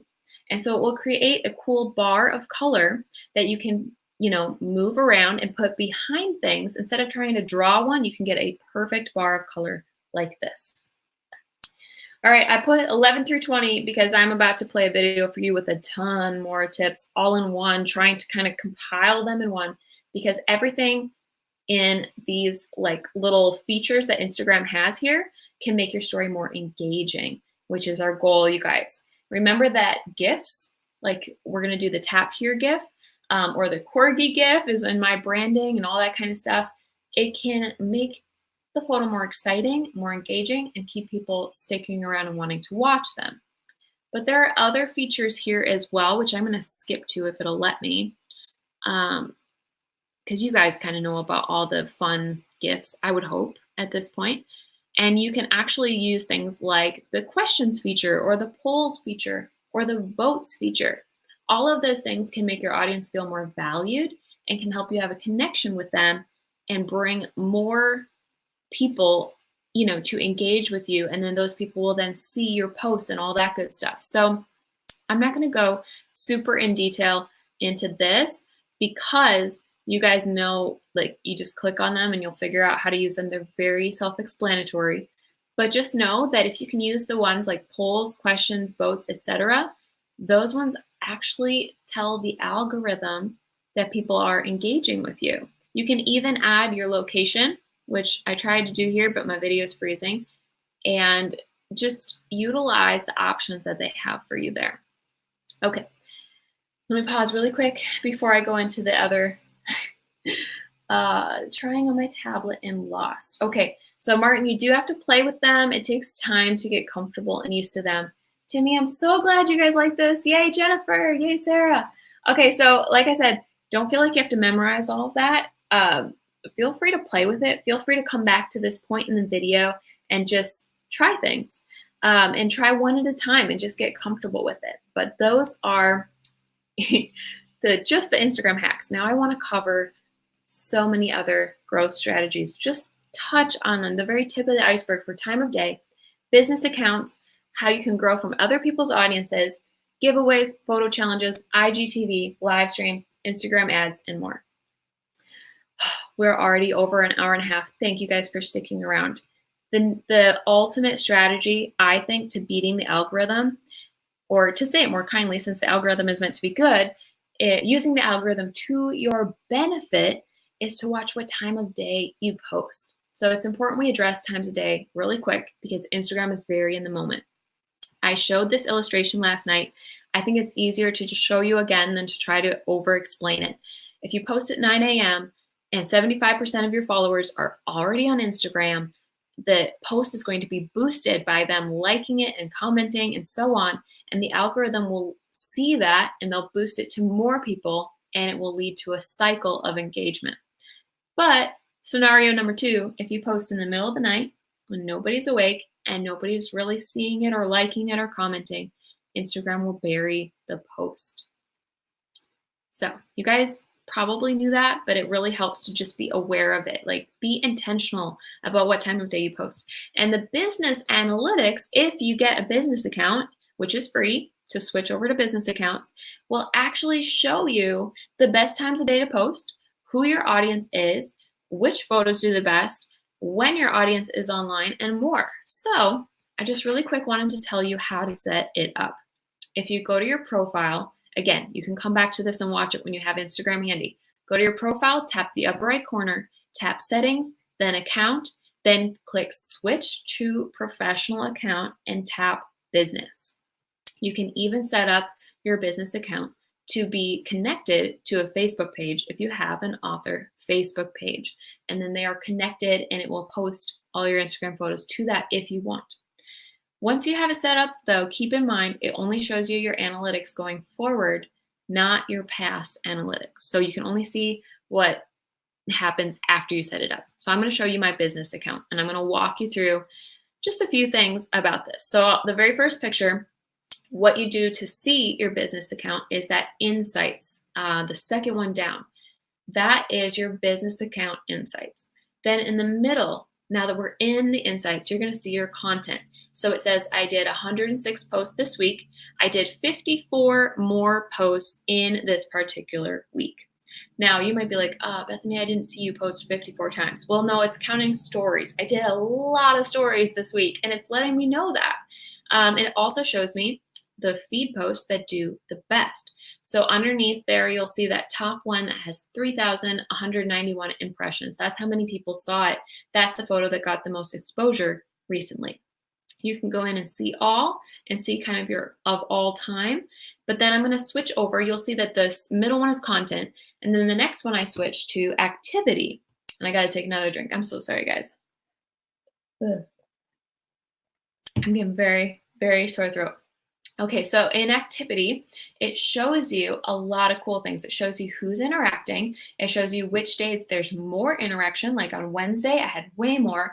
On Monday, I had way more. So then I can take a look at what I posted on those days and be like, okay, what was working about this? Why did people interact so much more? Why did they take more action? Why did they click on my website more and visit my profile more? A lot more people visited my profile and my website because I was asking them to way more this week. So you can see how asking really does work. Then underneath the activity, I scrolled down. So this first photo is the same activity section, but I scrolled down and you can see the discovery. So how many accounts are actually finding me and on which days are they finding me and so on. In the middle there, you're going to see your audience, which is so helpful. And this one right here, you guys, is going to show you your growth that I talked about. So right in that middle picture, it says how many followers I had when I took this photo. And then it says I grew by plus 93 people in that 1 week. And so if you are wanting to know your average and you have a business account, you can just pop in there and say, oh, am I growing by the average growth rate? Am I growing more than the average growth rate? Like I said, now that I'm over 5,000, I no longer have the average growth rate, and it's so sad. Yes, you guys, I'm looking at your comments. It tells you what times of day to post. That's the next and third picture there.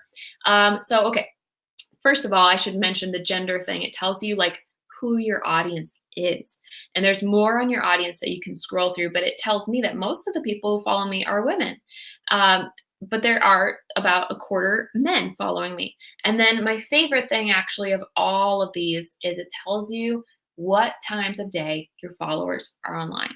So if you see on that far right picture under followers, it shows me that there is the highest engagement between 9 a.m. and 6 p.m. So if I were to post really intentionally for the algorithm and keeping that in mind, I would post all of my photos at 9 a.m. because my followers are starting to come online and they just get to be more and more online as the day goes on. I could also post at noon and think, oh, I might get the most engagement at noon because that's when it kind of is at its height of engagement.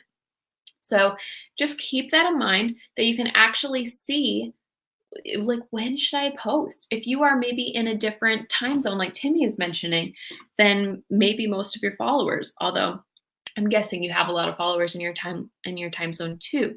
Then you can see, oh, maybe I should post at 6 p.m. my time because it's this time where most of my followers are. So Timmy, it's going to actually show you if you have a business account.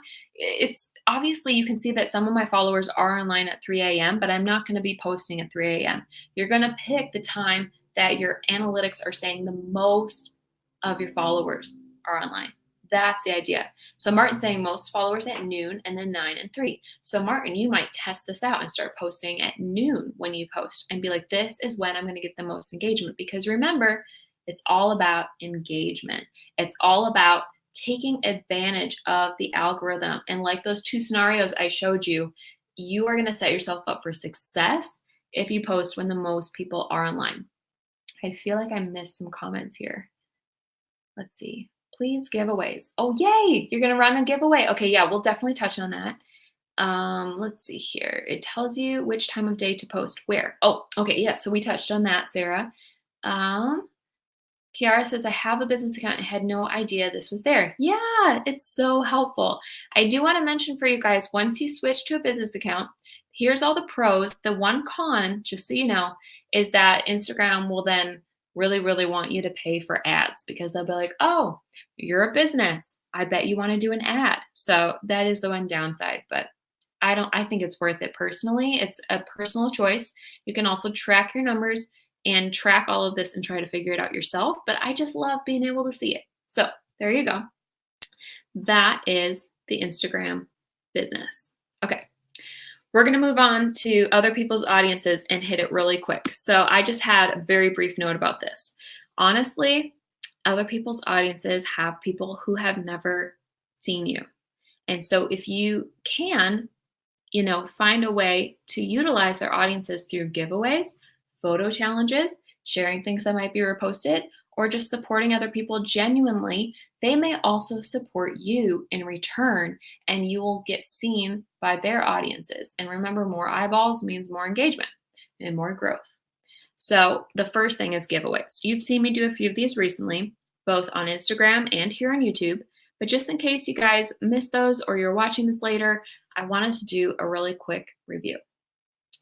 Why does a giveaway help with growth? Because if people are tagging their friends who genuinely enjoy my content and otherwise never would have found me, then a lot of times those people are going to decide to stick around and follow me. It's really that simple. All right, so I have like 4 just quick tips for things that you want to make sure you include. The items being given away, so the prizes and the winners, or just one winner, you can specify. How long the giveaway lasts, details like that, and the country, how to enter, the steps to win.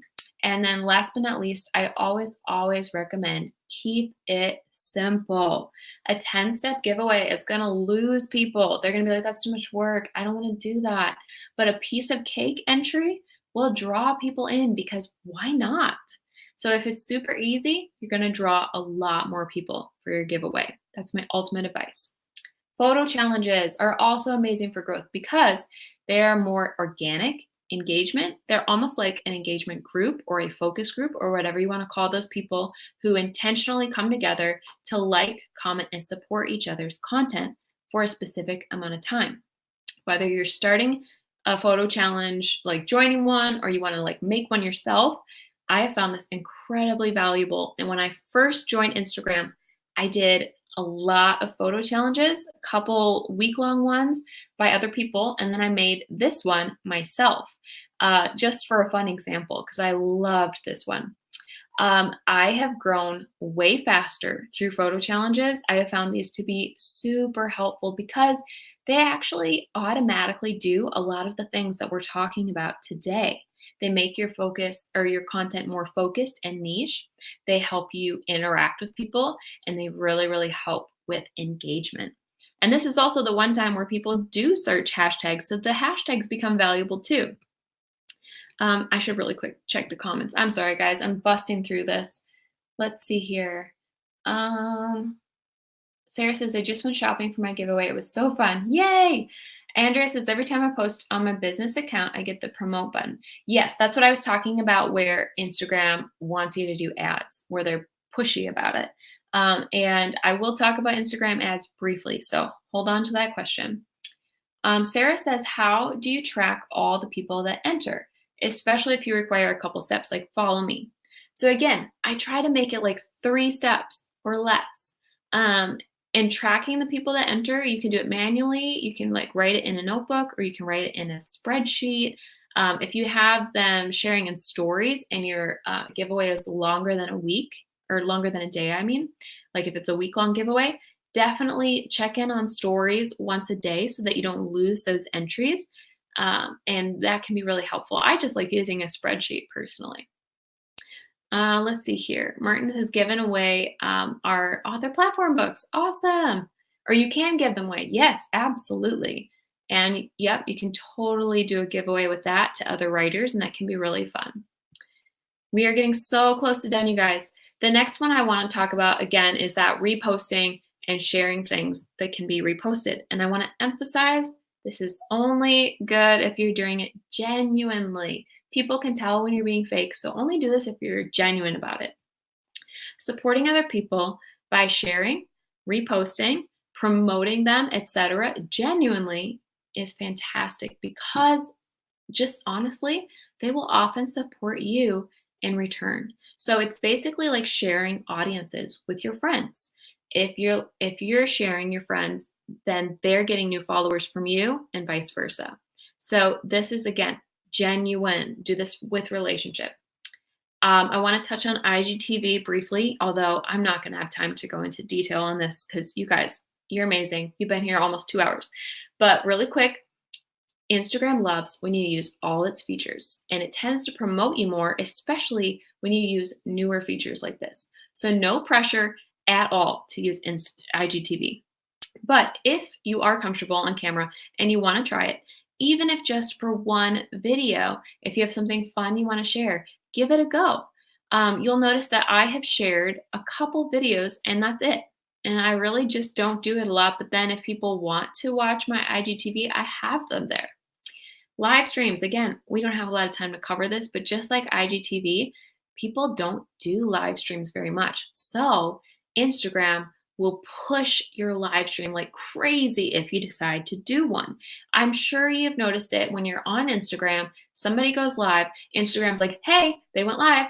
Hey, they went live. Hey, did you notice they went live? And they just push it and they like drive you crazy, really, if you ask me. Like I've accidentally clicked into lives when I didn't mean to, and it just drives me nuts. But this obnoxious message that you sometimes will get multiple times, and it will be right at the very top of everything, can happen to you if you choose to go live. That will happen to you for all of your followers.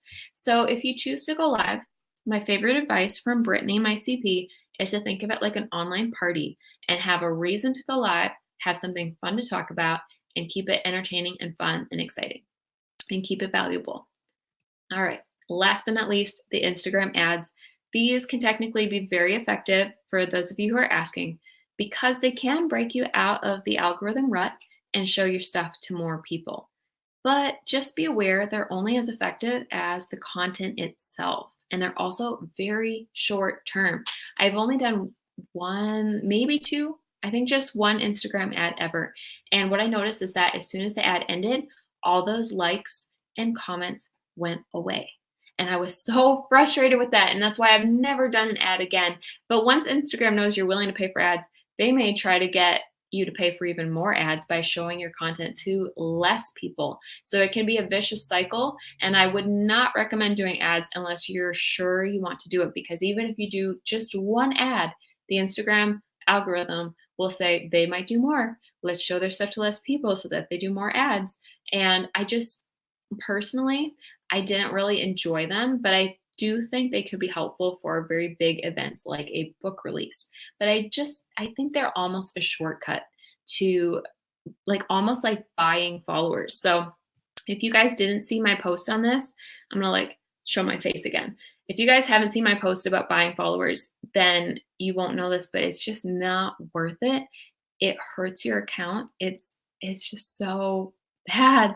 I don't know how to describe it anymore because I'm getting tired and like I feel like I've said so much today that I'm just kind of rambling now. But if you buy followers, it hurts your account because it's not real engagement. And so with Instagram ads, it's almost like a shortcut like that where you're just I don't even know. I don't have the words right now to describe it, but it's almost like you're just buying into that short-term stuff when you could do all of those things that an ad would give you on your own if you put in the time and effort and work, and then you don't have to pay any money. I hope that makes sense. Really quick, I'm going to go through the questions. Jennifer says, they sent me coupons for ads, and I noticed a huge drop-off after that free ad. Exactly, Jennifer. I really regret doing mine too because you can't take it back. You're like, shoot, I didn't realize that Instagram would start hiding my information, hoping that I would buy another ad. So I just want to warn you guys, if you haven't done it yet, just be aware. Melanie says, what do you mean the likes disappeared? I mean, this was over a year ago, so I'm trying to picture it. I think it was Evelyn's number. I had a post where I was sharing the book, and I want to say it got like 500 likes, which for me at the time was a lot. It was a crazy amount, and I was so proud of it. And then the ad ended, Melanie, and that post went back to like 90 likes or whatever it had at the time. And they were just gone. And I was so frustrated that it like reverted to what it had been, and all those ad interactions weren't real. Like, well, they were real because people were interacting, but they disappeared. No, Sarah, they didn't unlike it. Instagram just deleted it. It's almost like it was a separate post, like all on its own. It was like two separate things, completely unrelated, if that makes sense. So yeah. Carla says, dumb question, switch to professional account. This is what to choose. Yes, exactly. And then the next one, it says choose creator or business. I have not done this in 2 years, but I believe you choose business because it's going to show you, you know what, I think creator is also a business account. Carla, let me make a note to get back to you. I'm going to Google that. creator or business? Actually, if you could remind me in the comments after this video too, just so I don't forget, that would be amazing. Sarah says that awful and shady. Yes, yeah, I agree. I don't think Instagram ads are very helpful. Jennifer says I was getting an average of 50 likes a post before the ad. Afterwards, now I'm lucky if I get like 30. So yeah, just like with buying followers, buying ads, because it's a shortcut, it kind of hinders you, but you can recover from it and you can get that engagement back. It's just it's frustrating when you know what you had and then you see it drop off. It's frustrating, but you can get it back. And again, using stories and engagement and all these tips for engagement will help you grow that. So definitely start doing stories, start asking questions in your captions and things like that, and optimizing your profile. And I think that'll help you get back to where you were. Okay, guys, so now I think we have questions, but before questions, I just wanted to say, reverse engineer your growth strategies. Start with the end goal and work your way backwards. That's reverse engineering to come up with new ideas. So if you know what you want in the end result, you can figure out how to get there a lot easier. I'm going to summarize all the tips in this video right now. We talked about your profile, the 15-second rule, your profile picture, the SEO, 150 words, the I help phrase, the call to action, your links, your story highlights. And then we talked about your photos, coming up with them, taking them, and editing them. Then we talked about captions. We reviewed my 4 engaging caption tips, niche content, and then I shared those templates that you have access to here on Patreon, and you can try those out anytime. Hashtags, we talked about the basics, the 101, so to speak, and the original strategy, and then the other strategy of being proactive. We talked about stories, why they help you grow, best practices, and over a dozen different hacks to make them more exciting and more fun, which is probably my favorite thing to talk about. And then we talked about growth strategies like time of day, giveaways, business accounts, IGTV, live streams, photo challenges, ads, and we talked about what real growth really is, and that 3.2% growth rate. Last but not least, you guys, I want to talk about consistency and finding a way to be consistent, because it is really important to be consistent and to continue showing up. Like we've talked about throughout this entire live stream, Instagram is all about in the moment, what's just been posted, what's just been shared. And so consistently posting, whether it's twice a week, every day, whatever it is, being consistent about it and continuing to show up is going to be really essential to growing on Instagram, which I really think you guys probably know that. The problem is a lot of us deal with perfectionism. So we've talked about the whole messy action thing. We've already kind of hit perfectionism, and I've challenged you guys to just not worry about it and just try things, because you have to show up to grow and learn. But what if there was somebody last night, I think it was Shawneen in the live stream, said, what if you're struggling with consistency because of like health issues and you just can't be online? That's when you can use things like the scheduling app, which I think my favorite one that I've heard recommended is the Later app, because that's approved by Instagram and it lets you schedule posts so that if you can't be there, maybe you're going on a trip or something and you just want to still be consistent, you can use an app like that. Okay. Now, before we dive into questions, I have a giveaway for you guys. I have one last Writer's Lair candle to give away as a thank you for being here today. And I really appreciate you guys. So to win this candle, we're not going to do the fastest answer. We're actually going to do my favorite answer. So it's a little trickier and you can take your time with it. I want you guys to share your biggest takeaway from today's class.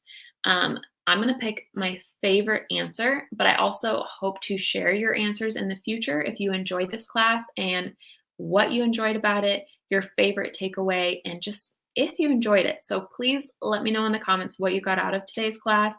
I am excited about eventually making this a full-blown course. Like I mentioned, we've been here 2 hours and I have so much more that I could say and so much more I could share. And I also think it's easier to take content in chunks as well. So someday I want to make this class, maybe in 2020, a 7 to 8 video, 7 to 8 hour class with sections that you can focus in on each thing, and I can dive a lot deeper. And so while you're typing, I just wanted to let you guys know a few things about what you have right now. I want you to know that you can take advantage of Patreon in this week that you are here on Patreon, because you have access to not just the $10 video club, but all the tiers beneath it. So you have access to, I'm going to list them out. The $10 video club, I have things like where I've shared my numbers at BookCon, just my writerly feels and encouragement, just exclusive videos just for you guys. And also I share early access videos and voting for videos coming up in the future. And next month, maybe I will do more videos on Instagram if you guys want, or maybe I will do videos on another topic. So I let you guys kind of decide what you want to hear about, and I kind of try to help you with what you need. Then in the $5 social media tier, just so you know, you have access to not only those posting templates, which I will link below again. I think I still need to grab that link. I'll do that right after this. I will link the posting templates, and you have access to the Twitter, Facebook, Pinterest, YouTube, newsletter, etc. type posts that I do where I share on other social media. And you also have access to the $3 resource library. And so this is about 350 plus links. I think it's almost 400 links now where I share links to all kinds of advice, from writing and outlining at the beginning all the way to publishing and marketing, and like self-publishing and traditional publishing and all the stuff in between. Just every link that I wish that I had when I was first starting out, I kind of compiled it into sections into a library. So you have access to that. It's completely free right now, and for everybody else, it's $3. So go check that out. I'm going to show you. I'm going to make a note to show how to find things on Patreon, because Patreon's not the most user-friendly thing, but you can find them very easily. And then last but not least, we also have a writers community. It is a Discord group. So if you go over to the the Writers Club tab, and I've saved the words. I'm running out of words today. I've been talking too long. You can find the writers community by going to my main Patreon page. Scrolling down the left side, there's a featured tag section, and you can find the resource library and the Writers Club links there. Whew. Okay, so that is what I wanted to share with you guys. And now I'm going to read through your takeaways and choose a winner. And thank you, before I forget, thank you for being here. I really appreciate you. I especially appreciate that you've been here 2 hours and that you enjoyed this content and you're letting me know. Thank you so much. So we're going to choose a winner. Okay.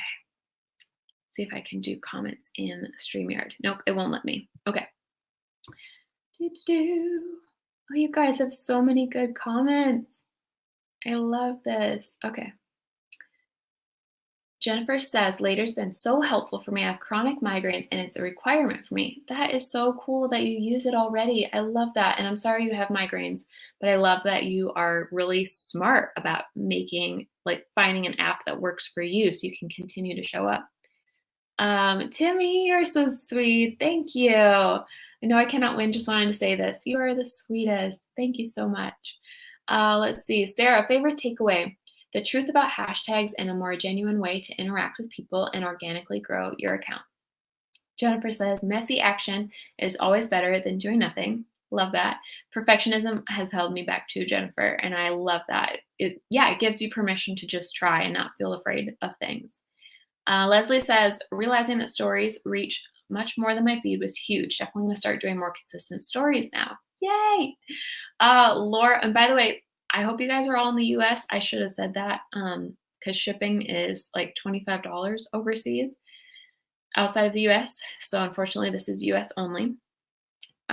Laura says, my biggest takeaway is just to take time and, I scrolled too far, and mess around with the features because I can use what's fun and leave the rest. I don't have to be overwhelmed by all the options. Yes, exactly. Melanie says, favorite takeaway, the snare of Instagram ads. Oh, yes. Yeah. I had no idea at all. I've taken several classes on Instagram and none of them have ever mentioned the truth about Instagram ads. Yeah, you kind of find that out the hard way, sadly. But now hopefully you can learn from me. Anne says everything about using stories. I have rarely used Instagram stories because I just had no idea where to start with it, what to post, and how to encourage engagement. Good, good, good, good. I love that. Martin says I took away how to share other people's posts with buttons and stuff. Cool. Kara says my biggest takeaway is the hashtag hack. I have been so stressed about finding the best hashtags for my posts. I love the idea of being proactive and finding new accounts to support. Good. I love that. Okay, so I'm going to pick for this giveaway. I'm going to pick Anne McTavish. If you could email me, Anne, I love that you enjoyed the Instagram stories and that it makes you want to post more and how to use them for engagement. So this is for you. Just message me. I would say the best way is to use my email. Just do bethanyatazada@yahoo.com and I will get your address and information and we'll connect. All right, so guys, that was pretty much all I had today, but really quick, I wanted to hit questions. I thought we would have more time for questions, so here we go. And I accidentally have an extra slide in there, but this is the last slide. I just want to know what questions you guys have for me. I'll try to just do 5 minutes because I know you've been here forever. And then if you want, we can do another Instagram Live in the future. And I can do more tutorials. And I can ask you, like, first of all, let me know if that's what you want. In November, do you want to stick around for more tutorials on Instagram? Do you want them to get more specific? Do you want me to start doing like a video all about photos or a video all about, we kind of did captions, but like a video all about the different apps that you can use? For example, I think that was one, or about the business account was another one that we had, or posting templates and like actually helping you write your captions and doing like a club or an audit video. We could do audits all day long and you could like learn from audits. So let me know. I'm talking too much.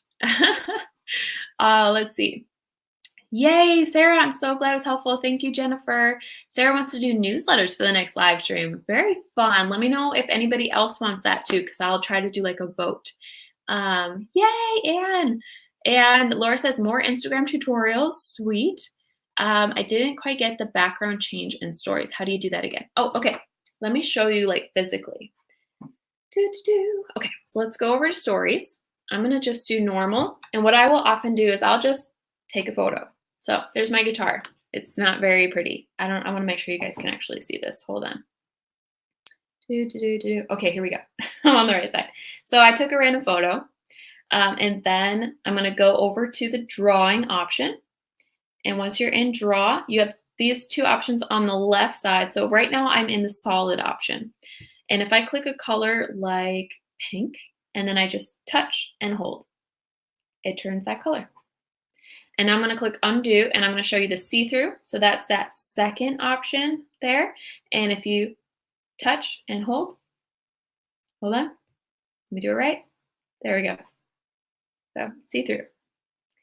It is the easiest hack ever and I love it. I just love it. I can't believe that I didn't know this one. So for example, if you actually do a post from your feed, oops, let me discard. Let me go over to my feed here. Let's say that I wanted to show today's picture. So I click on the little airplane, add post to story, and then I want to do that drawing option. Oops, it's hard to do this while still showing you guys. And I want to do that pink option right here. I'll just do it. So it will change the background without changing a feed photo. So it never covers a feed photo. So if you want to do what I did, where let's see if I can just back up, where I can't talk and do this at the same time, where I take that same photo, but I take it from my photo album, then you can get it to cover all of it. So I want to draw, do the see-through, and let's do white because I tend to prefer the white. Touch and hold, and now you'll see that it looks like it's my feed photo, but it's actually coming from my camera roll, and the whole thing is covered. So just a little FYI there because it doesn't cover feed photos. But it can be a nice way to change the background if you don't like the background from a feed photo. Like if you've ever gotten a really weird background, you can change it. So yeah, I hope that helps. Let's see here. Loved everything today. You inspired this late bloomer. I learned so much from you. Yay, I'm so glad. Thank you, Carla. I'm so happy that you've enjoyed this. More on Instagram, Martin says. Melanie wants more on time management. Okay, yes, I would just say, like I said at the beginning, if you feel like you're caught up on Instagram, start setting timers. So you're like, okay, I can browse for this much time. I can try to figure out engagement for this much time. I can try to write a post for this much time, maybe 15 minutes, and then I'm done. And you kind of like cut yourself off, and that can really help too. Yay, no problem, Jennifer. Martin says not in November because you'll be focusing on nano. Okay, so you want to focus next month. You want the audit, but you also want to focus. So I would say, like, I'm still going to do a video in the video club, but what I could do is do multiple little videos. So just tiny tutorials and do like, I don't know, like 5 or however many we need to cover the topics, if that would be more helpful for you guys. Because then you could just watch it like a little procrastination moment and then get back to work. I think that would be better for me too than to do a live stream in November for the same reason, because it's nano. So maybe what I'll do is I won't do long videos. I'll do short bursts of videos. Let me know if you would enjoy that for next month. Again, no pressure to do next month, but if you want to be here, I want to be here for you. So Melanie says, I see people on their stories and they zoom in and out while recording. I think I know what you mean. So let me try really quick to show you. Okay. I'm going to back up. So you guys know that I have this. I got to fix this so I can make sure you're seeing it. So here was my screen. You can always undo if you ever are like, I didn't mean to do that. And then Melanie, you mean the moving around a photo. So it's 2 fingers. You can do it with it. I usually use my thumb. Oh, hold on. I'm still in the draw. That's why it's not working. Okay. Okay. So I'm in the photo. You just, why? Okay. There we go. 2 fingers, just like this. Just like when you zoom in on a photo on your phone in the photo app, or you zoom out, same thing. So I like to zoom in like that so it looks like a regular photo, but then it's your feed photo. That's what I was talking about before. Let's see. Just typing my takeaway comment. Oh no, sorry, Andrea. That's okay. You can still type it now if you want, if you're comfortable with me sharing it, because I want to share these in the future when I promote the class in the future. Okay. Audits are great. Bethany's audit of my Instagram was super helpful. Yay! Laura, during a video, people will zoom in and out on their faces or the object they're filming. Like during a story, you mean? I just want to clarify. Thank you for being here, Sarah. We'll see you later. It's while you record in the stories. Oh, I do know how you do that. Okay, so this is going to sound really weird, but when I was showing you my demonstrations for the Instagram story hacks, I actually did exactly this. So what you do, it's a setting on an iPhone, and you do have to add this. You have to add, what's it called? If you Google how to add screen recording to your settings. So what I do is I added it to my settings. Oops, I'm in Instagram. Hold on. Let me leave Instagram. So I'll swipe up. These are my settings. I have added screen recording, which is this right here. So if I tap it, no, it didn't work. It's very hard to do this backwards. If I tap that little dot in 3, 2, 1, 0, it is now screen recording. So I could go into Instagram. This is very fancy. By the way, I almost never do this, but I could start moving the photo around, blah, blah, blah, editing it, making it look like a fancy video, probably not like this at all. And then I would end my screen recording. And then see, I have the screen recording there and it says it's saved. This is my screen recording. I can then take it and edit it so that you don't see those beginning parts where I got all weird. And you can just see the video right here. And then I can share that video to Instagram. So I'm gonna try to actually do it and see if this works. So there's Instagram. I'm going to delete that, discard. I'm going to go to my camera roll and choose that video that I just made. So in a second, you'll see the video that I just made, and it looks like I'm resizing, being all fancy. See, this is another story hack that I could have shared. I also could share a lot of other story hacks that I didn't have time for today. So hope that makes sense, Melanie. Let me know if that's what you were talking about. Yes, yeah, you recorded. So yay. Okay, you guys have been here 2.5 hours. So I'm going to let you go. Thank you, thank you, thank you for being here. Remember, take advantage of that Patreon, like all the other tiers. Go check out the posting templates. I'll pop them below in about a minute. And yeah, I think I have a lot of things to pop below this video. So give me like 5 minutes to get all organized and put together. And I'll try to put all those links that I mentioned today in the comments below and in the description for you. And I'll even put it over on Patreon on like under that video. Okay. Hope you guys enjoyed this. Thank you for watching. You're all amazing. I hope you have an amazing weekend, and I will talk to you again very soon. All right. Bye, guys. See you later. Takes